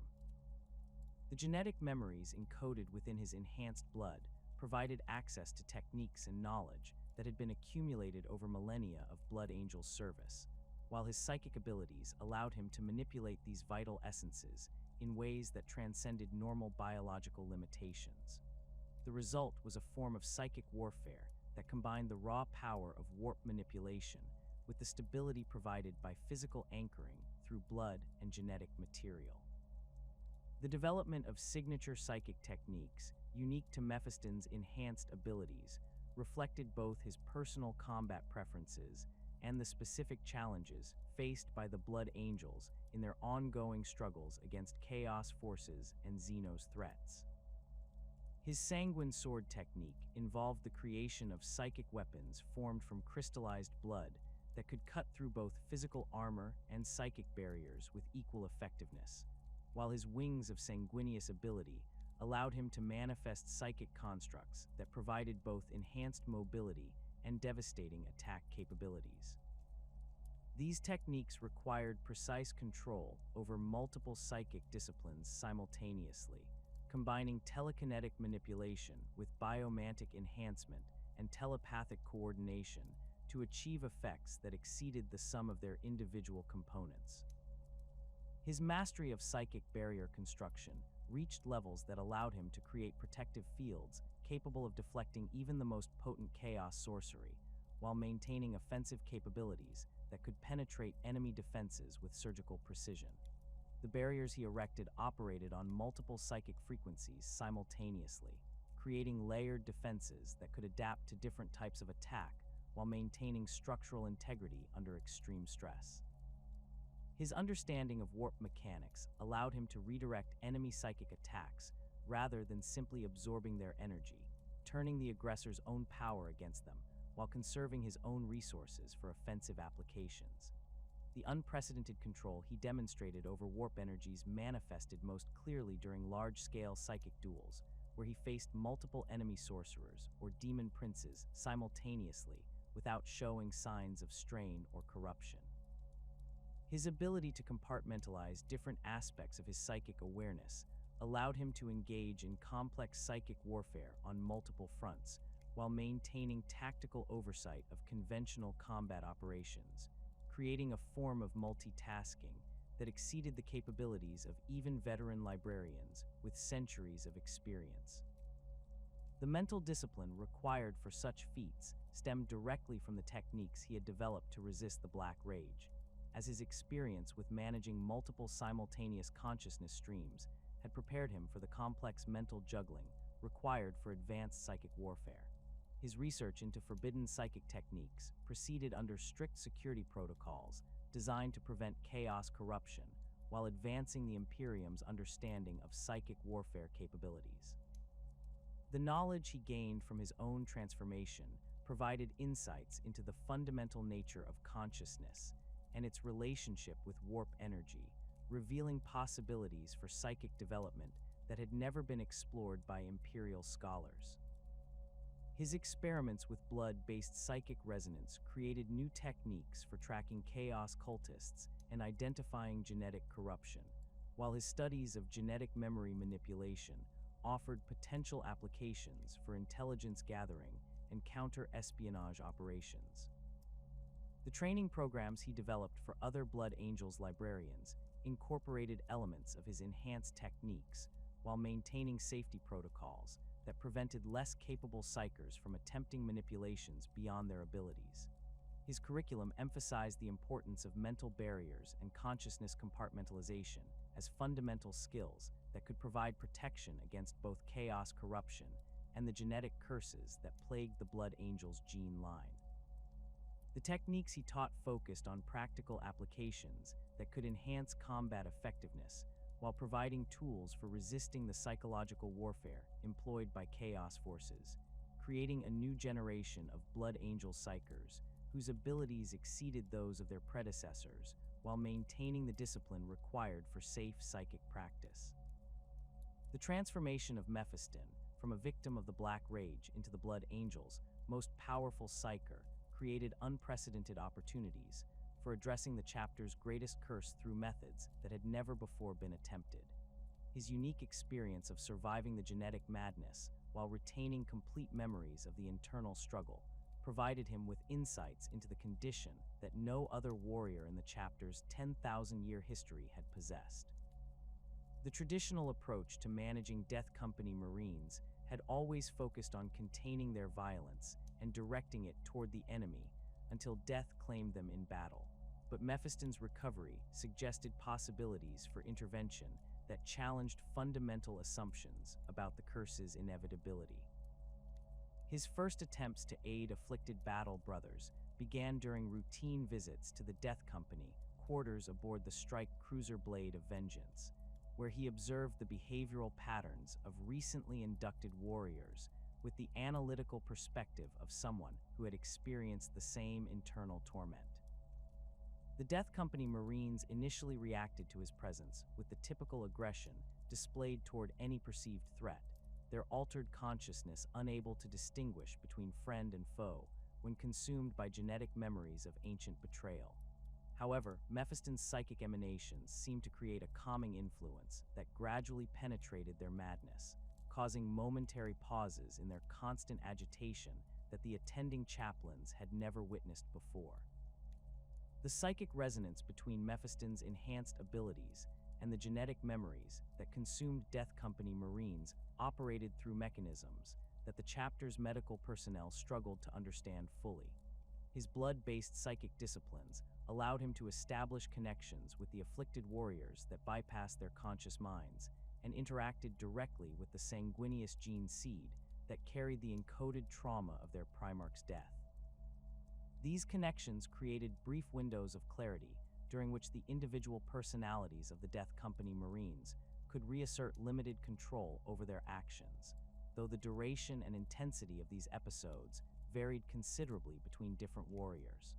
Brother Castor, a veteran of 3 centuries who had succumbed to the Black Rage during the Armageddon campaign, became the first test subject for Mephiston's experimental intervention techniques. The afflicted warrior had been trapped within Sanguinius's final battle for several months, his consciousness completely subsumed by genetic memories that left him unable to recognize his own battle brothers or respond to direct commands. Mephiston's initial approach involved establishing a telepathic link that allowed him to experience Castor's internal struggle firsthand, while simultaneously projecting stabilizing mental influences that could provide anchoring points within the chaos of inherited trauma. The process required Mephiston to immerse himself partially within the same genetic memories that had consumed Castor, experiencing echoes of Sanguinius's final confrontation with Horus, while maintaining enough separation to avoid being pulled back into the Black Rage himself. His enhanced mental barriers and the techniques he had developed during his own recovery provided protection against complete submersion, though each session left him drained and required extensive meditation to restore his psychological equilibrium. The telepathic contact revealed the specific mechanisms through which genetic memories overwhelmed individual consciousness, showing how the psychic trauma encoded within the Sanguinius gene seed created recursive loops that reinforced the affliction's hold over its victims. During his 3rd attempt to reach Castor's buried consciousness, Mephiston achieved a breakthrough that demonstrated the potential effectiveness of his intervention techniques. The Death Company Marine suddenly stopped his constant pacing and looked directly at the Chief Librarian with eyes that showed recognition rather than the wild intensity that had characterized his behavior since succumbing to the curse. The moment of clarity lasted only a few seconds before the genetic memories reasserted their dominance, but Castor's brief return to awareness provided proof that individual consciousness could be temporarily restored even in advanced cases of Black Rage affliction. The techniques Mephiston developed for creating these windows of clarity involved complex manipulations of psychic energy that targeted the specific neural pathways affected by genetic memory intrusion. His approach required precise timing and extraordinary mental discipline, as he had to synchronize his psychic interventions with the natural fluctuations in the afflicted warrior's consciousness that occurred during transitions between different inherited memories. The process demanded complete understanding of both the individual's psychological makeup and the specific aspects of Sanguinius's final battle that had triggered their particular manifestation of the curse. Brother Moyer presented a different challenge, as his affliction had manifested with unusual characteristics that included periods of apparent lucidity interspersed with episodes of extreme violence directed at imaginary enemies. Mephiston's analysis revealed that Moyer's consciousness was experiencing multiple overlapping genetic memories simultaneously, creating a confused amalgamation of different moments from Sanguinius's final battle that prevented any single narrative from achieving complete dominance. The intervention techniques required for this case involved helping Moyer's mind organize the chaotic memories into coherent sequences that could be processed and contained rather than eliminated entirely. The success rate of Mephiston's intervention attempts varied considerably depending on factors that included the duration of affliction, the individual warrior's psychic resistance, and the specific genetic memories that had triggered their descent into madness. Warriors who had succumbed to the Black Rage within the previous few months showed the greatest potential for achieving moments of clarity, while those who had been afflicted for extended periods required increasingly complex interventions that carried greater risks for both the subject and Mephiston himself. The psychological strain of repeatedly immersing himself in the trauma that had destroyed his Primarch created cumulative effects that required careful management to prevent relapse into his own previous condition. The development of group intervention techniques represented Mephiston's most ambitious attempt to address multiple Death Company cases simultaneously, though the complexity of coordinating psychic contact with several afflicted warriors at once pushed his abilities to their absolute limits. The approach involved creating a shared psychic space where multiple consciousness could interact under controlled conditions, allowing Death Company Marines to experience moments of collective clarity that reinforced their individual recoveries.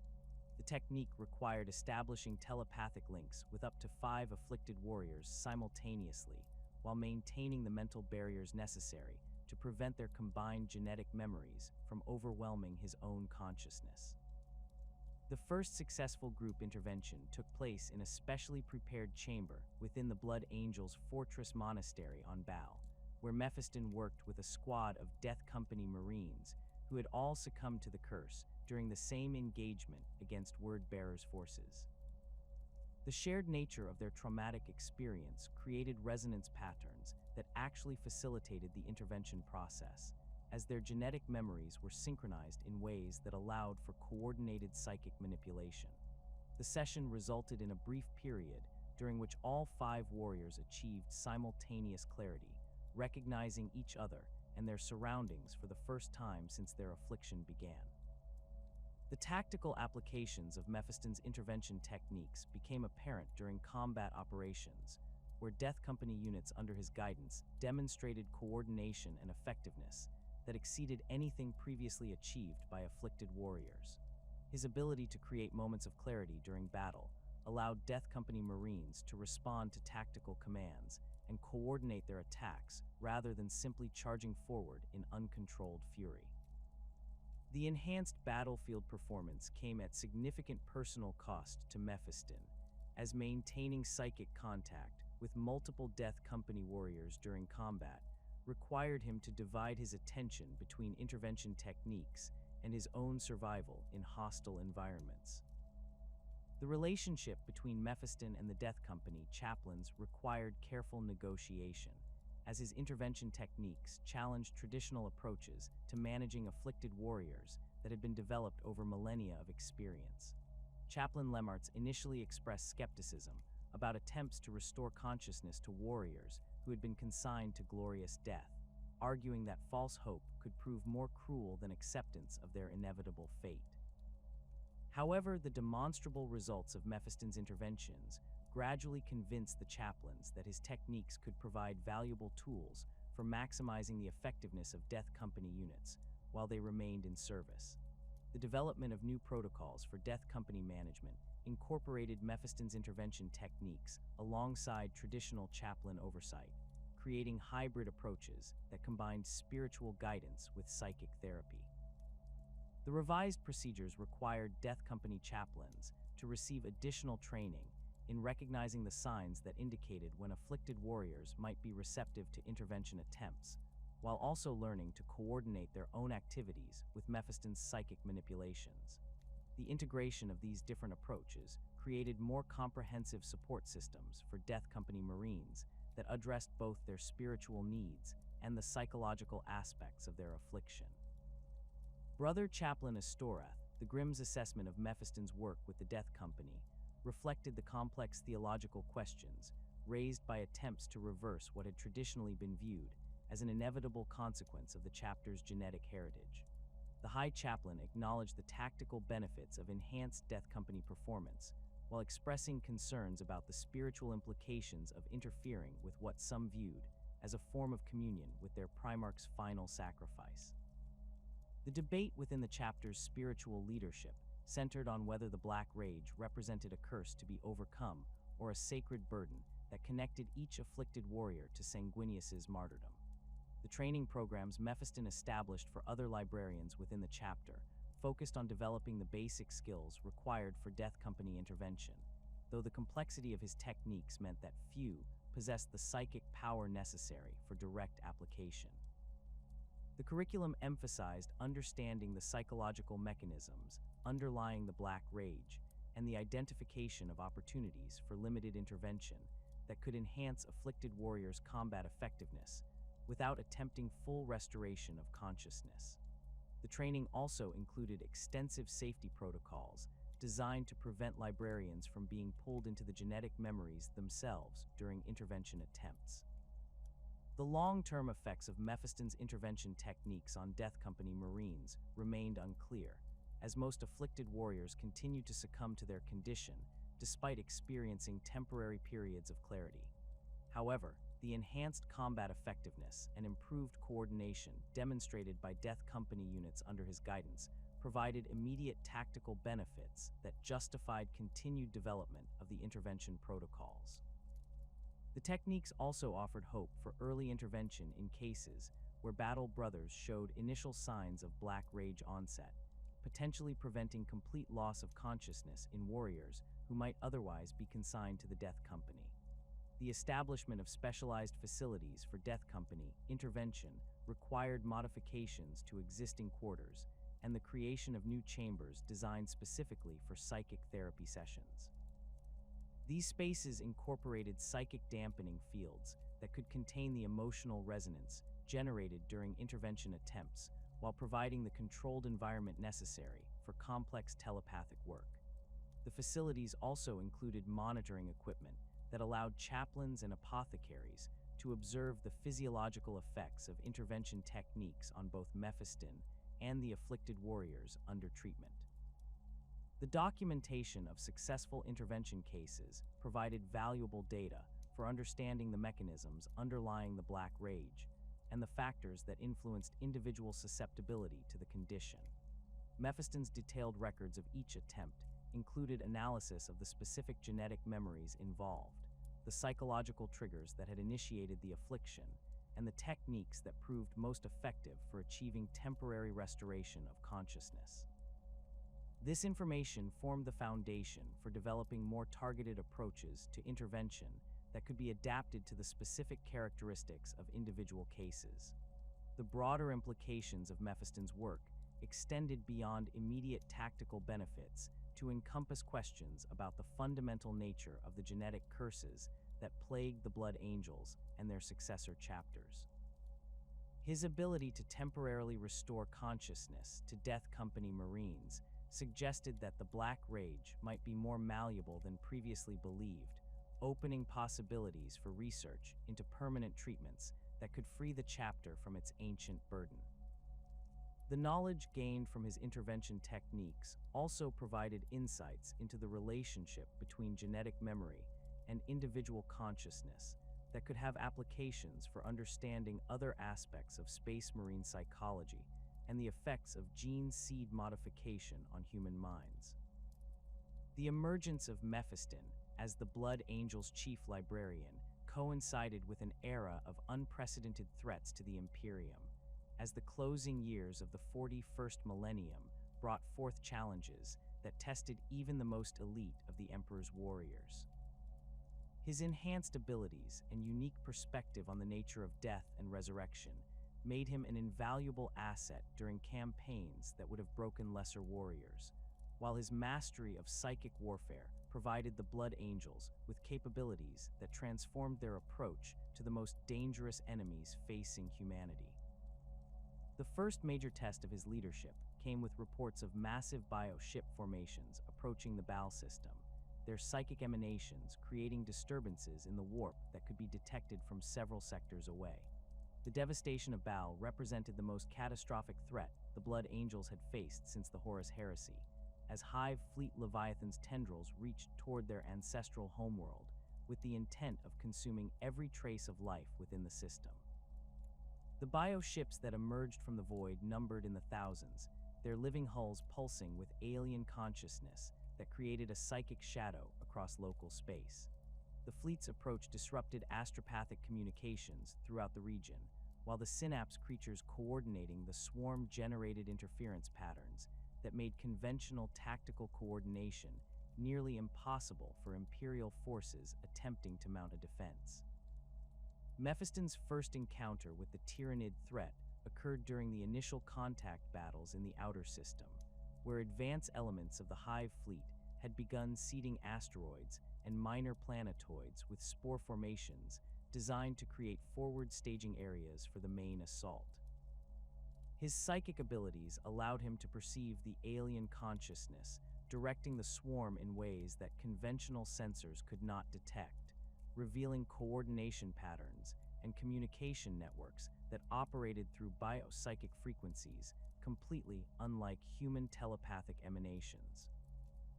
The alien thoughts he encountered during these early engagements proved utterly foreign to human comprehension, their focus on consumption and genetic assimilation creating mental contact that left even his enhanced consciousness disturbed by the experience.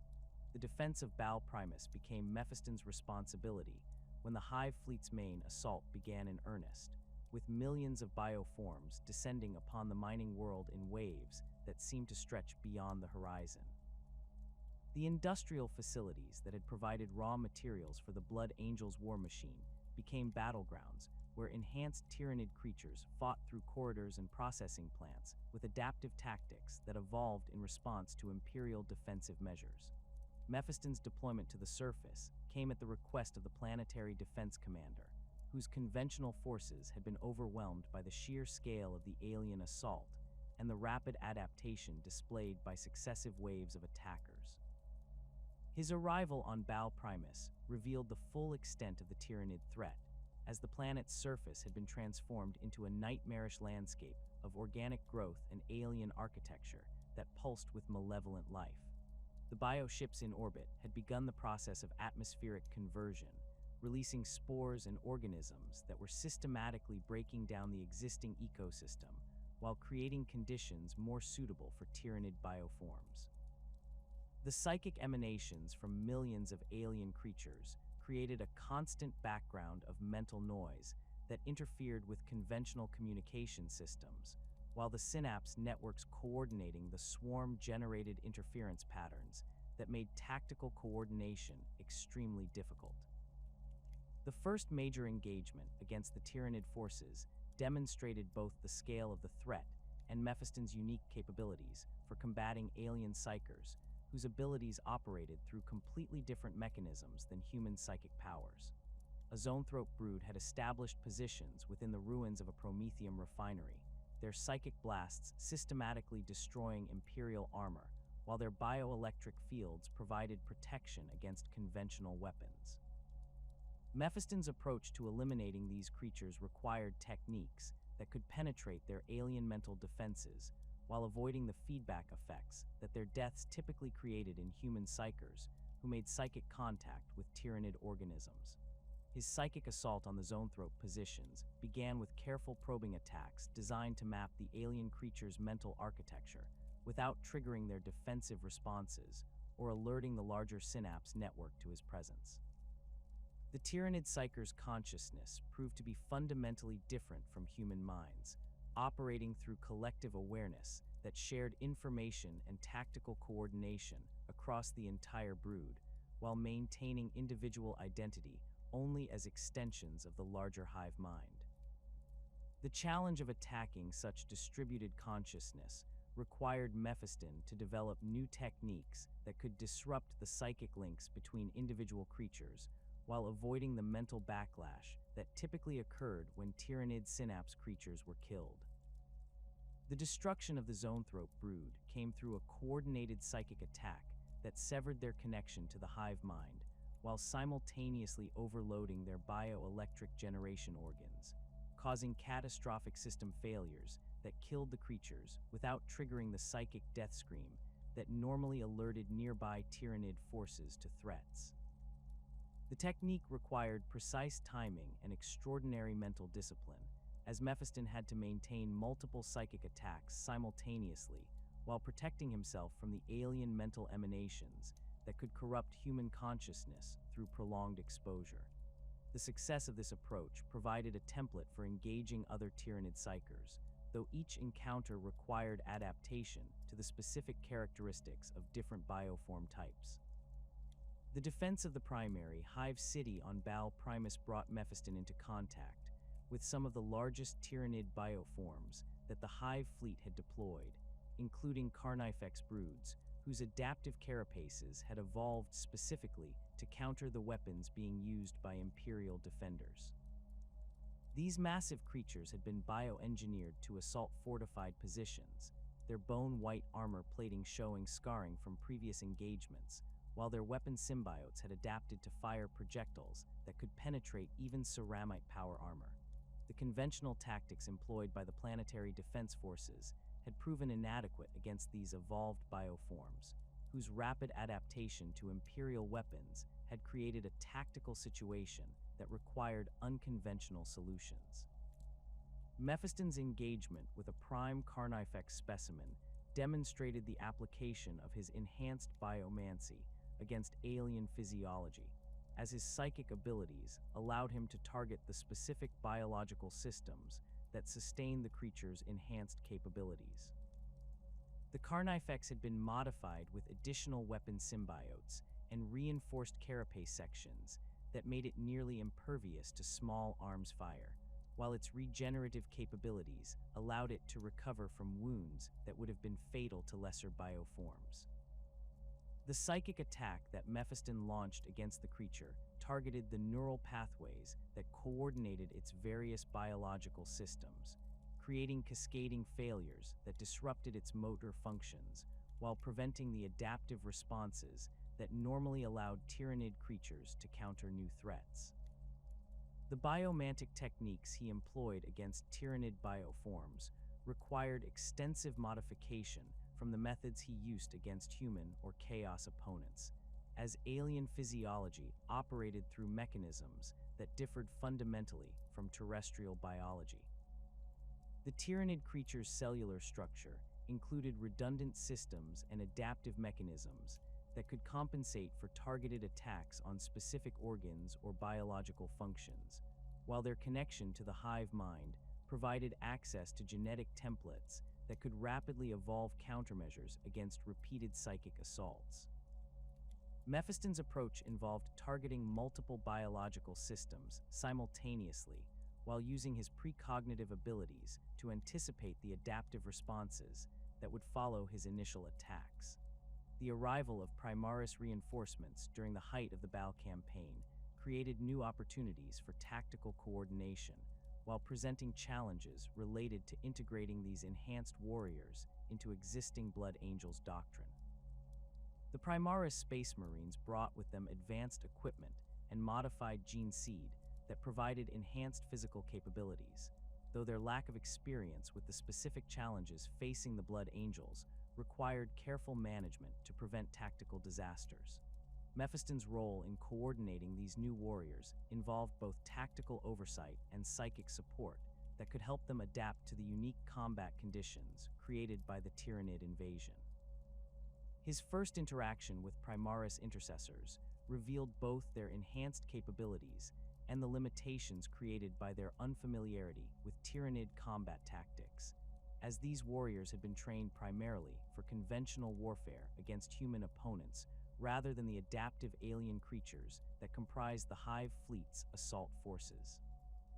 The Primaris Marines' bolt rifles provided superior range and firepower compared to standard Astartes weapons, but their tactical doctrine emphasized sustained fire and positional warfare that proved less effective against rapidly evolving Tyrannid bioforms. Mephiston's guidance helped these warriors adapt their techniques to account for the aliens' regenerative capabilities and rapid tactical evolution, while his psychic abilities provided early warning of incoming threats that their enhanced sensors might miss. The integration of Primaris Hellblasters into the defense of key positions demonstrated both the potential and the challenges of combining new technology with established Blood Angels tactics, as these warriors' plasma weaponry could inflict devastating damage against heavily armored Tyrannid bioforms, while their enhanced physiology allowed them to maintain sustained fire rates that would have been impossible for conventional Astartes.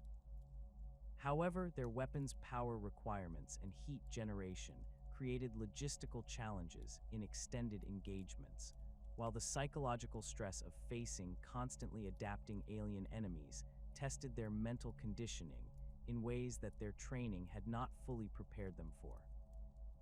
Mephiston's psychic support for Primaris units involved techniques that differed from his work with conventional Blood Angels, as these enhanced warriors' modified gene seed created different patterns of psychic resonance that required adjusted approaches to mental coordination and battlefield awareness sharing. The Primaris Marines' enhanced nervous systems could process tactical information at accelerated rates, but their lack of experience with psychic coordination meant that establishing mental links required more careful preparation and gradual introduction to avoid overwhelming their consciousness with unfamiliar sensations. The successful integration of these techniques created hybrid tactical approaches that combine the Primaris warriors' enhanced capabilities with the psychic coordination that had become central to Blood Angel's doctrine under Mephiston's leadership. The assault on the primary Tyrannid bioship that had established itself in Baal Primus's upper atmosphere required coordination between conventional Blood Angel's forces and the newly arrived Primaris reinforcements, with Mephiston serving as both tactical coordinator and the primary weapon against the alien vessel's psychic defenses. The bioship itself represented a living fortress whose organic architecture could adapt to counter-boarding attempts, while its crew of specialized bioforms had been evolved specifically to repel Imperial assault forces. The vessel's psychic emanations created interference patterns that disrupted conventional communications, while the synapse creatures controlling its defenses could coordinate responses to threats with superhuman speed and precision.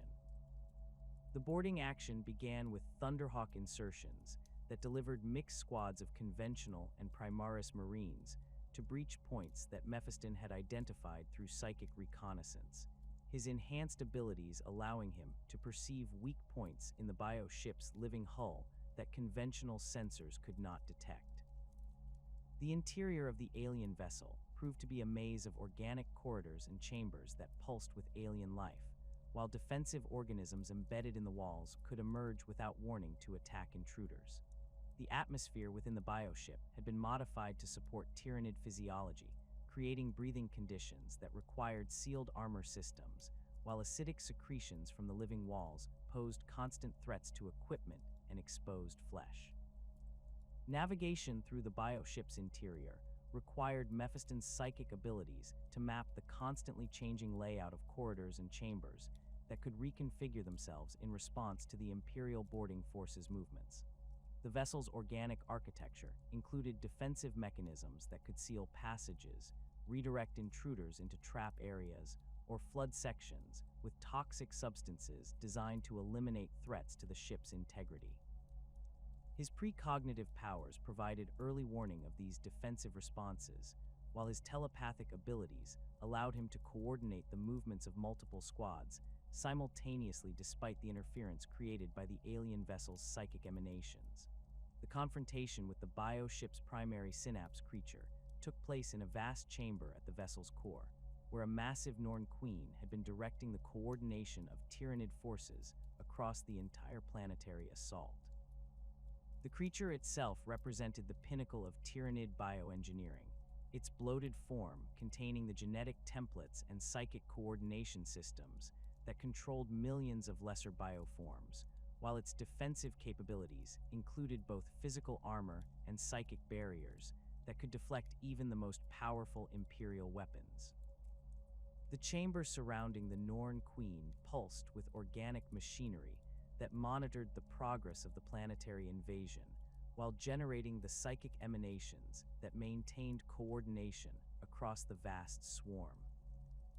Mephiston's assault on the Norn Queen required techniques that combined his most advanced psychic abilities with careful coordination of the supporting Imperial forces, as the creature's destruction would create massive disruption in the Tyrannid command structure, while potentially triggering defensive responses that could threaten the entire boarding force. His approach involved establishing multiple psychic attacks simultaneously, targeting the creature's consciousness while disrupting the organic machinery that supported its coordination functions, and protecting his battle brothers from the psychic backlash that would follow the synapse creature's death. The engagement required him to maintain perfect mental discipline while channeling power levels that approached the absolute limits of his enhanced abilities. The victory over the Norn Queen marked a turning point in the defense of Baal Primus, yet for Mephiston, the triumph carried none of the satisfaction that typically accompanied such achievements. As the bioship's organic systems began their death throes around him, he felt the familiar weight of isolation that had become his constant companion since his resurrection from the Black Rage. The other blood angels who had fought alongside him in the alien vessel's corridors looked upon him with a mixture of awe and unease, their reactions reflecting the growing distance between his transformed existence and the brotherhood he had once shared with his battle brothers. The psychological toll of his unique condition manifested most acutely during moments of quiet reflection, when the demands of combat no longer provided distraction from the fundamental questions about his nature that plagued his enhanced consciousness. His memories of death remained vivid and immediate, not faded recollections, but present experiences that continued to inform his understanding of existence in ways that set him apart from every other living being in the chapter. The boundary between life and death that defined mortal existence had become permeable for him, creating a state of being that existed in constant tension between opposing forces. His relationship with his battle brothers had undergone profound changes that extended beyond simple respect for his enhanced abilities or elevated rank within the chapter hierarchy. The other blood angels recognized that something fundamental had altered in their chief librarian, though few could articulate the specific nature of the transformation they observed. His presence carried an aura that reminded them of the chapter's most sacred relics, objects that commanded reverence while simultaneously creating an instinctive desire to maintain respectful distance. The easy camaraderie that had characterized his relationships during his service as Brother Calistarius had been replaced by formal interactions that acknowledged his authority while avoiding the personal connections that might have provided emotional anchoring. The enhanced sensory capabilities that accompanied his transformation allowed him to perceive the fear and uncertainty that his presence generated among younger battle brothers, their elevated heart rates and stress hormone levels creating patterns that his psychic abilities could detect even when they maintained perfect outward composure. These physiological responses reflected deeper psychological reactions to his liminal existence, as his proximity triggered instinctive recognition of something that existed beyond normal categories of life and death. The knowledge that his very presence caused discomfort among those he sought to protect created additional layers of isolation that compounded the inherent loneliness of his condition. His interactions with the chapter's chaplains revealed the theological challenges created by his unprecedented resurrection, as these spiritual guardians struggled to reconcile his existence with established doctrines about death, redemption, and the Emperor's divine plan. Chaplain Lemartz, who had overseen his original induction into the Death Company, found himself grappling with questions that had no precedent in 10 millennia of imperial theology. The traditional understanding of death as a final transition to service at the Emperor's side seemed inadequate when applied to someone who had experienced that transition and returned to continue fighting in the material realm. The conversations between Mephiston and the chapter's spiritual leadership often devolved into philosophical debates about the nature of existence and the boundaries between mortal service and divine intervention. His descriptions of his experience during the Black Rage included memories of sensations and perceptions that seemed to transcend normal human consciousness, though he struggled to articulate these experiences in ways that others could comprehend. The chaplain's attempts to categorize his condition within existing theological frameworks invariably failed, leaving them with the uncomfortable recognition that his existence challenged fundamental assumptions about the relationship between life, death, and service to the Emperor. His enhanced psychic abilities provided constant reminders of his transformed nature, as the power flowing through his consciousness operated at levels that created ongoing physical and mental stress. The energy requirements for maintaining his enhanced capabilities demanded resources that pushed his modified physiology to its limits, while the psychic emanations he generated created interference patterns that affected sensitive equipment and other psychers within considerable distances. The constant management of these forces required mental discipline that left little capacity for the emotional processing that might have helped him adapt to his isolation. The precognitive visions that had become increasingly frequent since his transformation often focused on themes of endings and transitions, showing him potential futures where his actions determined the survival or destruction of entire worlds. These glimpses of possible outcomes carried emotional weight that accumulated over time, as he witnessed countless variations of tragedy and triumph that might result from decisions he had yet to make. The responsibility implied by these visions created pressure that no mortal mind was designed to bear, while the knowledge that his choices could affect millions of lives added urgency to every tactical decision. His relationship with mortality had been fundamentally altered by his experience of death and resurrection, creating perspectives on existence that differed markedly from those of his battle brothers who had never crossed that threshold. Death no longer represented the ultimate unknown or the final reward for faithful service, but rather a familiar state that he had experienced and transcended through means he did not fully understand. This intimate knowledge of death's nature stripped away the mystery and fear that motivated much of human behavior, while simultaneously creating new anxieties about the purpose and meaning of continued existence. The memories of his time in the liminal state between life and death included sensations of peace and completion that contrasted sharply with the constant struggle that characterized his current existence. The return to material reality had brought with it all the pain, conflict, and uncertainty that defined mortal existence, while the knowledge of what lay beyond created a form of homesickness for a state of being that he could remember but not fully recapture. This tension between his current responsibilities and the peace he had experienced during his brief death created ongoing internal conflict that influenced every aspect of his service to the chapter. His enhanced abilities came with the constant awareness that the power he wielded bordered on the demonic, drawing from sources and operating through mechanisms that existed perilously close to the corruption that had claimed countless psychers throughout imperial history. The techniques he employed to maintain his enhanced capabilities required him to channel energies that could easily consume a less disciplined mind, while his blood-based psychic disciplines operated through principles that shared disturbing similarities with the practices employed by chaos sorcerers. The knowledge that his power derived from his unique relationship with death created ongoing questions about whether his abilities represented divine blessing or something more sinister.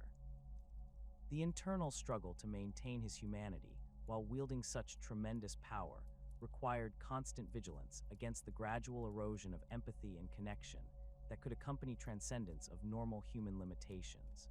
His enhanced perspective on existence provided insights into the fundamental nature of reality that could easily lead to viewing other beings as insignificant components in larger patterns rather than individuals worthy of protection and respect.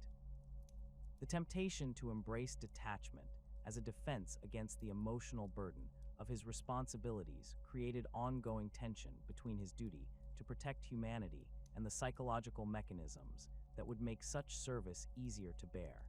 His interactions with ordinary humans during planetary defense operations revealed the extent to which his transformation had separated him from the species he was sworn to protect. The terror that his presence generated among civilian populations reflected their instinctive recognition of something that existed beyond their understanding of natural law, while his inability to provide the reassurance they sought highlighted the growing distance between his enhanced existence and normal human experience. The knowledge that his very presence could cause psychological trauma among those he sought to save created additional moral complexity that weighed heavily on his conscience.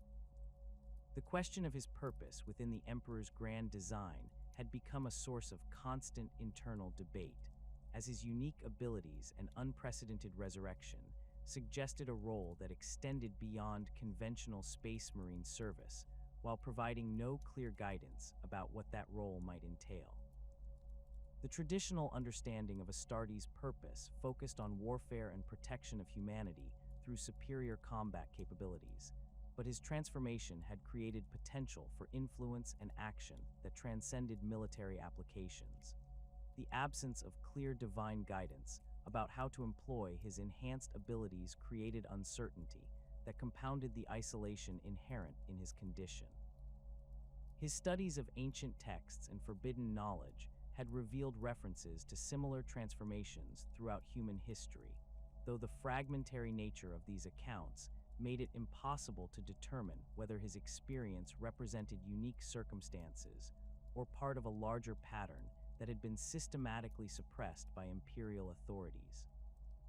The possibility that others had undergone similar resurrections and transformations raised questions about whether his condition was truly unprecedented or merely the latest manifestation of phenomena that the Imperium preferred to ignore.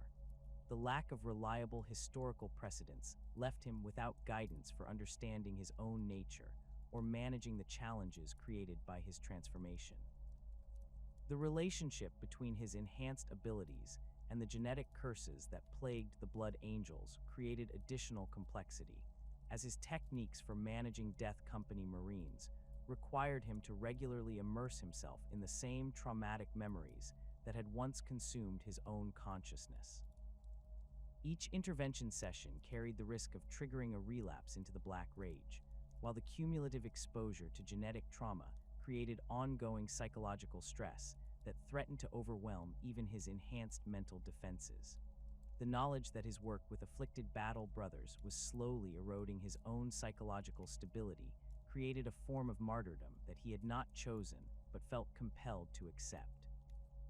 His contemplation of eternity and the implications of his potentially immortal existence revealed the true scope of the burden he carried, as the prospect of endless service without the release that death provided to other warriors created existential challenges that no amount of training or preparation could address.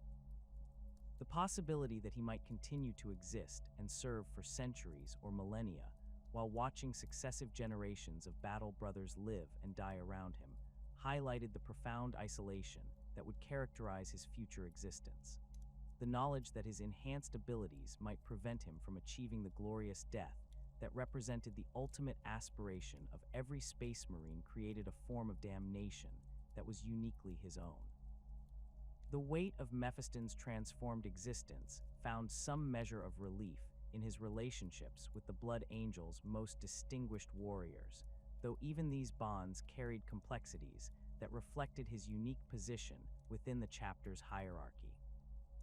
Commander Dante, the ancient chapter master whose own longevity had earned him legendary status throughout the Imperium, recognized in Mephiston a kindred spirit who understood the burden of existence that extended far beyond normal Astartes' lifespans. Their conversations, conducted in the privacy of Dante's personal chambers aboard the Red Tier, revealed the profound respect that had developed between two warriors who had both transcended conventional limitations through different paths. Dante's initial reaction to Mephiston's resurrection had been one of cautious skepticism, as his centuries of experience had taught him to approach extraordinary claims with measured analysis rather than immediate acceptance.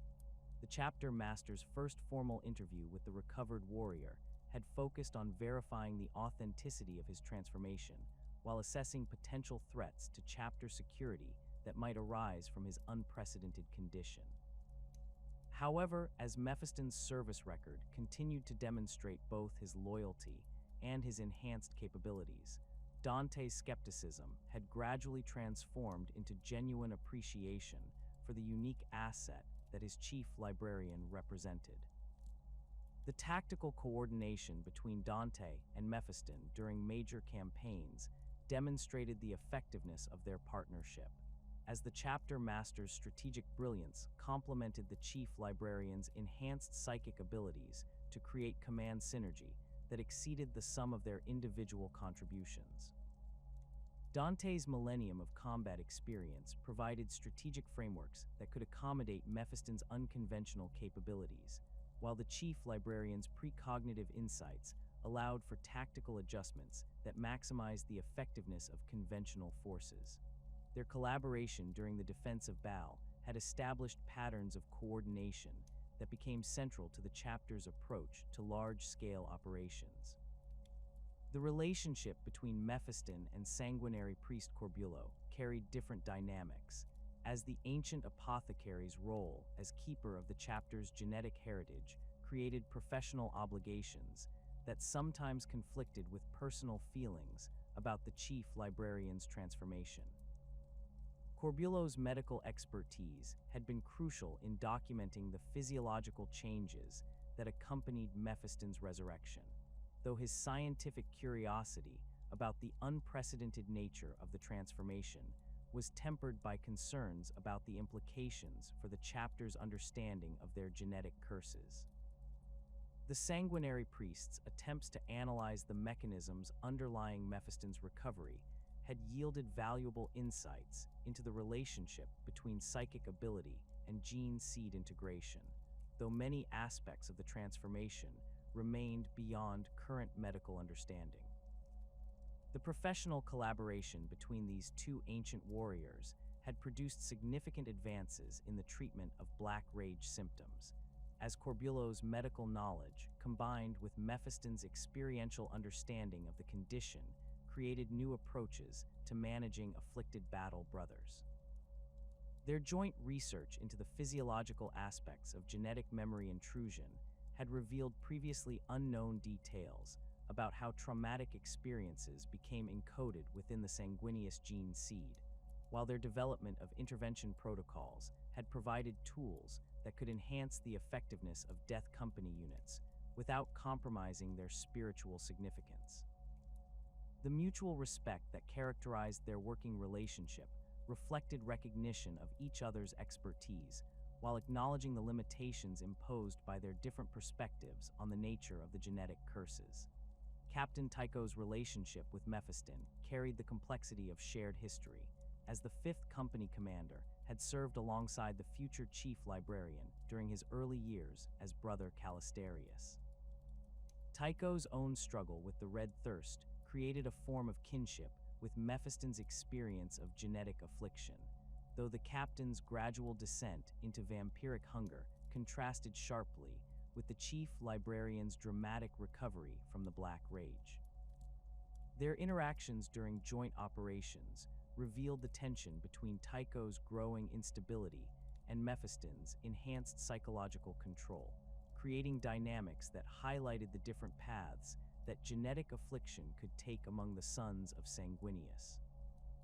The tactical coordination between Tycho's assault specialists and Mephiston's psychic abilities had proven particularly effective during urban warfare operations, where the 5th Company's aggressive tactics could be enhanced through precognitive guidance that allowed for optimal timing of attacks and identification of enemy weak points. Mephiston's ability to provide real-time intelligence about enemy positions and intentions complemented Tycho's instinctive understanding of close-quarters combat, creating combined arms approaches that maximize the effectiveness of both conventional and psychic warfare techniques. However, the increasing signs of Tycho's deterioration created ongoing concerns about the long-term viability of their partnership and the potential need for intervention if the captain's condition continued to worsen. Brother Captain Erasmus Tycho's eventual fall to the Black Rage during the Third War for Armageddon created profound personal impact for Mephiston, as he witnessed the transformation of a respected comrade into another victim of the genetic curse he had managed to overcome.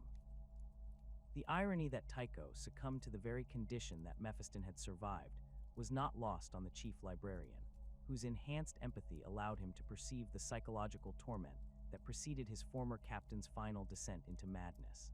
The loss reinforced Mephiston's understanding of his unique position as the only known survivor of complete Black Rage affliction, while highlighting the responsibility he bore to use his experience in service of those who might yet be saved from similar fates. The relationship between Mephiston and the chapter's other librarians required careful management, as his rapid elevation to Chief Librarian had disrupted traditional hierarchies while creating expectations that his subordinates found difficult to meet. Epistolary Antros, who had served as acting Chief Librarian during the interregnum following the previous holder's death, initially struggled to accept his demotion to a subordinate position under someone who had only recently recovered from the Black Rage. The veteran librarian's concerns about Mephiston's qualifications were gradually overcome through observation of his enhanced abilities and tactical acumen, though the adjustment period required diplomatic handling to prevent lasting resentment within the librarian's ranks. Codicil Rafin's reaction to Mephiston's appointment reflected the generational divide within the chapter's psychic brotherhood, as younger librarians showed greater willingness to accept unconventional advancement based on demonstrated ability rather than adherence to traditional progression patterns. Rafin's own experiences with genetic affliction had created sympathy for Mephiston's struggle with the Black Rage, while his recognition of the enhanced capabilities that resulted from the Chief Librarian's transformation made him one of the most vocal supporters of the new leadership structure. The mentorship relationship that developed between Mephiston and Rafin provided opportunities for knowledge transfer that helped bridge the gap between traditional librarian training and the innovative techniques developed through the Chief Librarian's unique experiences. Beyond the confines of the Blood Angels chapter, Mephiston's reputation had begun to spread throughout the wider Imperial military establishment, creating recognition that extended far beyond the normal acknowledgement accorded to Space Marine heroes. Lord Commander Solar Macharius had personally requested Mephiston's participation in the Sabbat World's crusade, recognizing that the Chief Librarian's enhanced abilities could provide crucial advantages during operations against heavily fortified Chaos positions. The collaboration between Mephiston and conventional Imperial Guard forces had demonstrated the potential for psychic warfare to enhance the effectiveness of mass infantry formations, while his coordination with other Space Marine chapters had established precedents for inter-chapter cooperation in psychic operations. The relationship between Mephiston and Chief Librarian Tigurius of the Ultramarines had developed through mutual respect for each other's exceptional abilities, despite the fundamental differences in their approaches to psychic warfare and their understanding of a librarian's role within their respective chapters.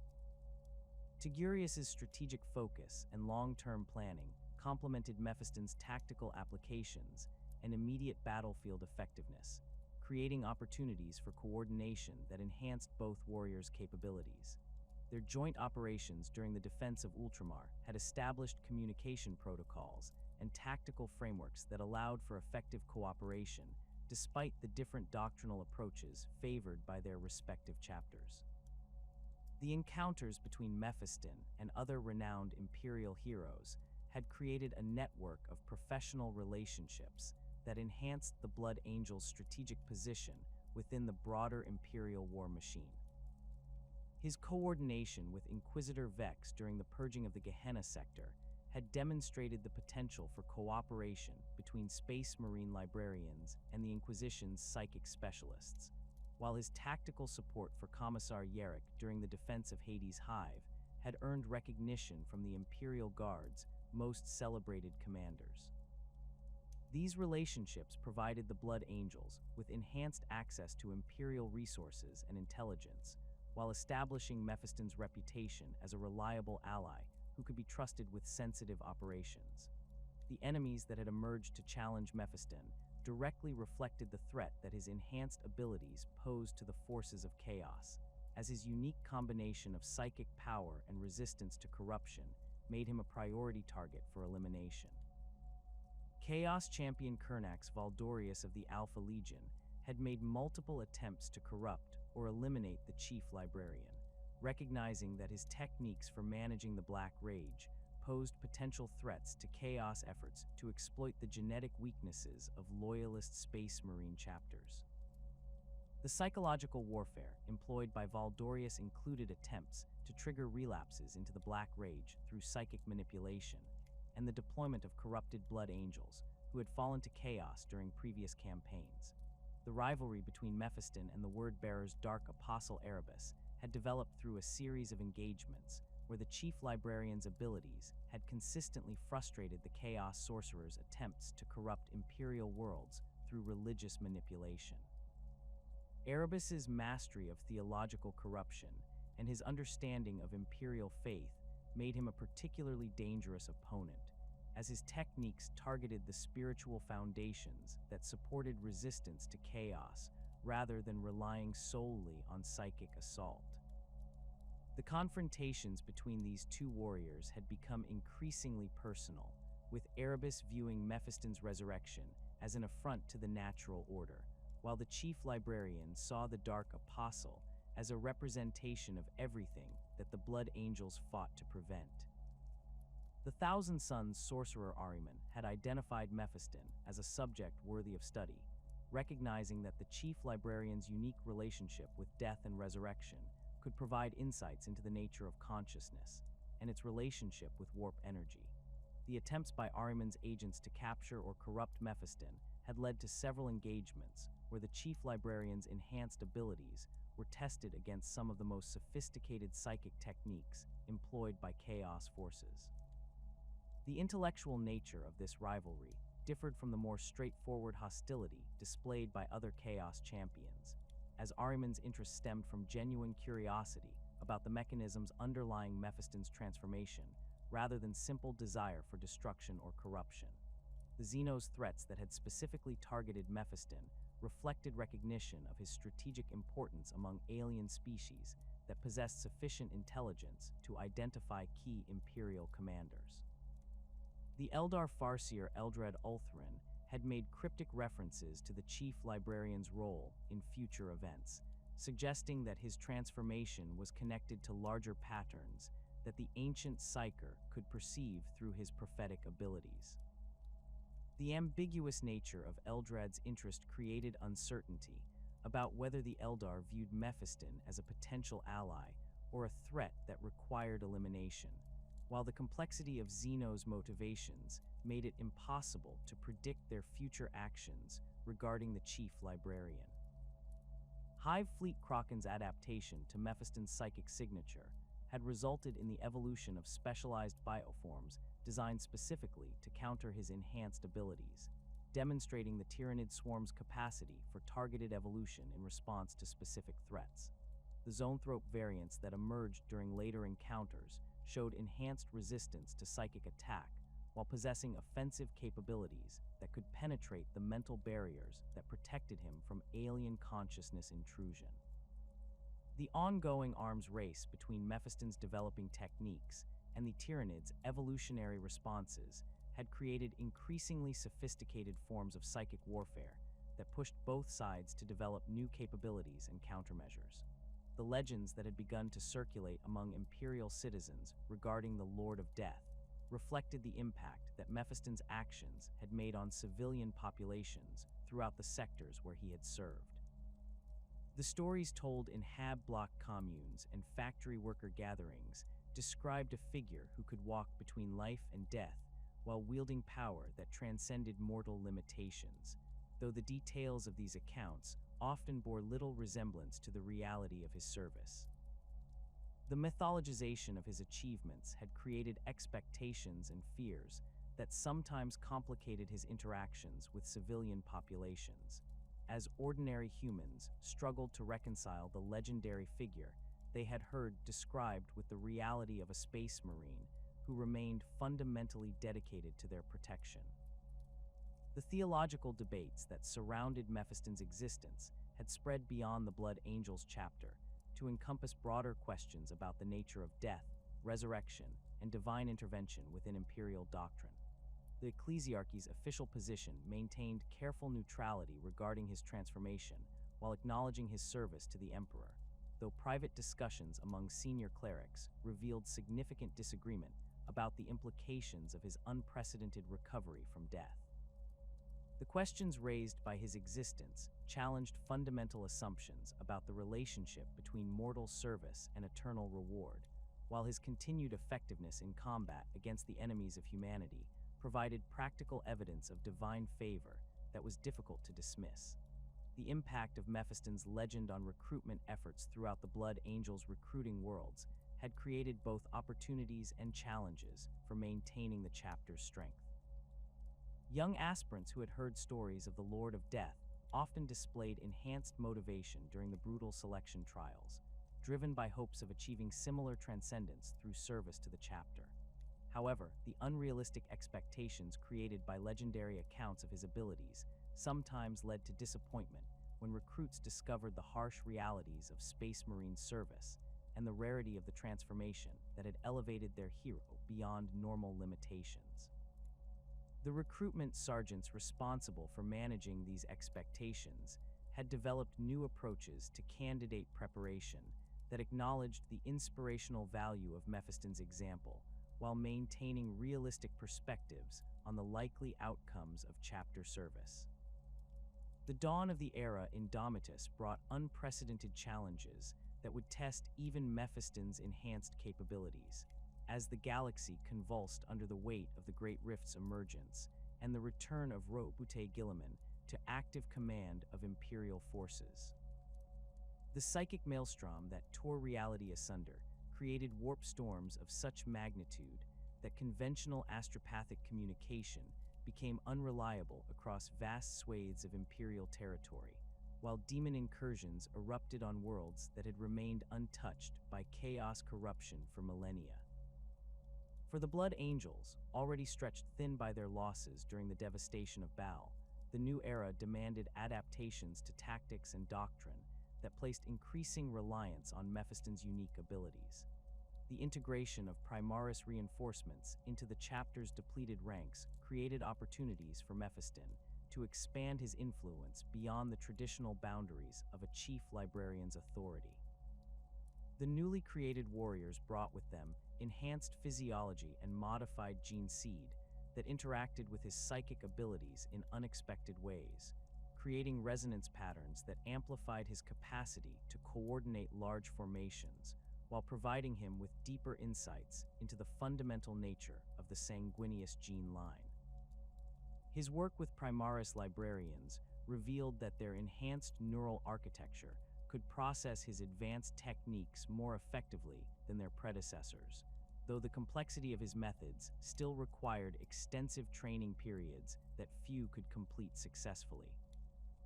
The Indomitus Crusade's early phases saw Mephiston deployed alongside forces from multiple chapters, his reputation as the Lord of Death having spread throughout the Adeptus Astartes to the point where his presence was specifically requested for operations requiring exceptional psychic support. His coordination with the resurrected Primarch proved remarkably effective, as Gilliman's strategic brilliance complemented Mephiston's tactical psychic applications in ways that enhanced both commanders' effectiveness. The Primarch's initial skepticism about the Chief Librarian's unprecedented resurrection had gradually transformed into professional respect as Mephiston's contributions to campaign success became undeniable.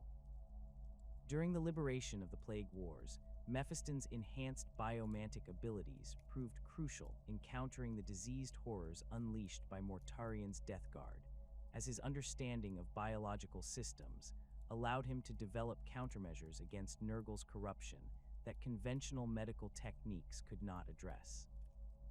His psychic cleansing of infected Imperial Guard regiments saved thousands of soldiers who would otherwise have succumbed to supernatural plagues, while his ability to purify contaminated water supplies and food stores prevented the spread of corruption through civilian populations. The techniques he developed during these campaigns became standard protocols for Imperial forces operating in areas affected by chaos biological warfare. The emergence of the Cicatrix Maledictum created psychic phenomena that pushed even Mephiston's enhanced abilities to their limits, as the Great Rift's influence generated warp storms and reality distortions that interfered with conventional psychic techniques while amplifying the dangers associated with accessing the Immaterium.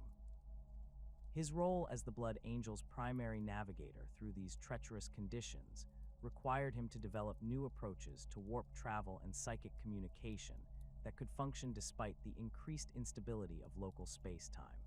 The mental strain of maintaining psychic shields capable of protecting entire fleets from the rift's influence-created cumulative fatigue that even his enhanced physiology struggled to manage. The Plague War's conclusion marked a significant evolution in Mephiston's understanding of his own nature, as his prolonged exposure to Nurgle's corruption had triggered physiological changes that further enhanced his resistance to biological and psychic attack while deepening his connection to the liminal spaces between life and death. Medical examinations conducted by Primaris apothecaries revealed cellular modifications that had no precedent in previous studies of his condition, suggesting that his transformation continued to progress in response to external stimuli rather than representing a static state achieved through his original resurrection. The implications of continued evolution raised questions about the ultimate extent of his transformation and whether his current form represented an intermediate stage in a longer process. His current role within the chapter hierarchy had evolved beyond the traditional responsibilities of a chief librarian to encompass strategic planning and tactical coordination that influenced every aspect of Blood Angel's operations. Commander Dante's increasing reliance on Mephiston's counsel reflected both recognition of his enhanced capabilities and acknowledgement that the challenges facing the chapter required solutions that transcended conventional approaches to warfare and leadership. The informal partnership that had developed between the chapter master and his chief librarian created dual command structures that maximized both leaders' strengths while providing redundancy that enhanced the chapter's resilience against leadership casualties. The training programs Mephiston had established for managing genetic affliction had achieved remarkable success in reducing the number of battle brothers lost to complete Black Rage episodes, though the techniques required such intensive individual attention that their application remained limited to cases showing early warning signs of impending breakdown. His development of group therapy sessions for Death Company Marines had created unprecedented opportunities for afflicted warriors to achieve moments of clarity that enhanced their combat effectiveness while providing psychological relief from the constant torment of inherited trauma. The success of these interventions had attracted attention from other chapters suffering similar genetic curses, leading to requests for assistance that strained his already overwhelming responsibilities. Theories about Mephiston's ultimate fate varied considerably among the chapter's leadership, reflecting different perspectives on the nature of his transformation and the implications of his continued evolution. Chaplain Lemartz maintained that the Chief Librarian's resurrection represented divine intervention that would eventually culminate in translation to a higher form of existence, while sanguinary priest Corbulo's analysis suggested that his enhanced abilities might be approaching natural limits beyond which further development would become impossible. The most disturbing possibility, raised in private discussions among the chapter's senior officers, involved speculation that his transformation might be leading towards something that transcended human nature entirely.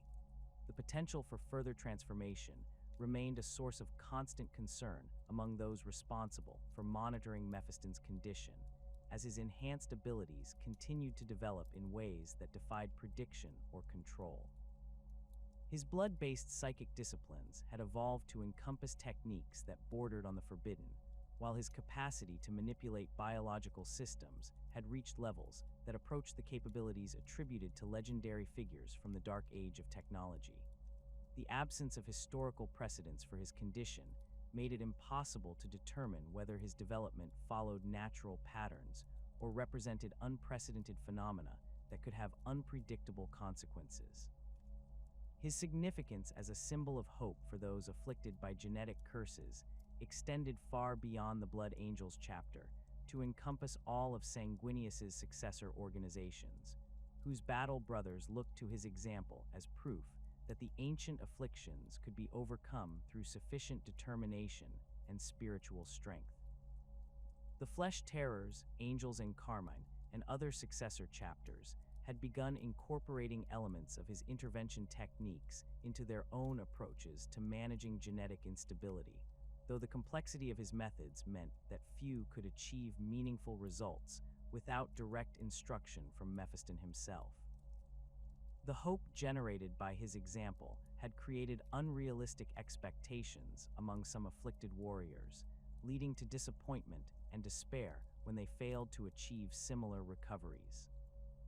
The broader implications of his existence for imperial understanding of psychic phenomena had attracted attention from the highest levels of the Adeptus Astartes command structure, as his unprecedented abilities provided insights into the relationship between consciousness, genetic modification, and warp energy that could have applications across multiple imperial organizations. The Ordo Malleus had requested detailed reports on his techniques for resisting chaos corruption, while the Adeptus Mechanicus had expressed interest in studying the biological mechanisms underlying his enhanced capabilities. The potential for his discoveries to benefit the wider Imperium created pressure for him to share knowledge that he considered too dangerous for widespread dissemination. His impact on imperial understanding of life and death itself had created theological debates that extended throughout the ecclesiarchy's hierarchy, as his resurrection challenged fundamental doctrines about the nature of mortality and the emperor's relationship with human souls. The official position maintained by the Adeptus Ministorum acknowledged his service while avoiding direct commentary on the implications of his transformation, though private discussions among senior clerics revealed significant disagreement about whether his condition represented divine blessing or dangerous deviation from natural law. The questions raised by his existence had influenced theological education throughout the Imperium, as seminarians struggled to reconcile traditional doctrines with the reality of his unprecedented recovery from death. The long-term strategic implications of Mephiston's enhanced abilities had begun to influence imperial military planning at the sector level, as his capacity to coordinate large-scale psychic operations created opportunities for tactics that had never been possible with conventional forces. His development of techniques for linking multiple psychers into coordinated networks had enabled the creation of psychic artillery formations capable of targeting enemy positions across interplanetary distances, while his methods for enhancing the effectiveness of conventional troops through psychic support had become standard doctrine for operations requiring maximum combat efficiency. The strategic value of these capabilities had made him one of the Imperium's most valuable military assets. As the era Indomitus progressed into its second century, Mephiston's role had evolved from that of a chapter Chief Librarian to something approaching a strategic resource for the entire Imperium, his unique abilities and accumulated experience making him invaluable for operations that required solutions beyond conventional military capabilities. His continued service with the Blood Angels provided stability and continuity that helped the chapter adapt to the changing nature of galactic warfare, while his innovations in psychic technique and genetic curse management offered hope for addressing challenges that had plagued the Sons of Sanguinius since their founding. The eternal vigil he maintained over his battle brothers and the broader Imperium represented both the culmination of his transformation and the beginning of a legacy that would influence imperial doctrine for millennia to come.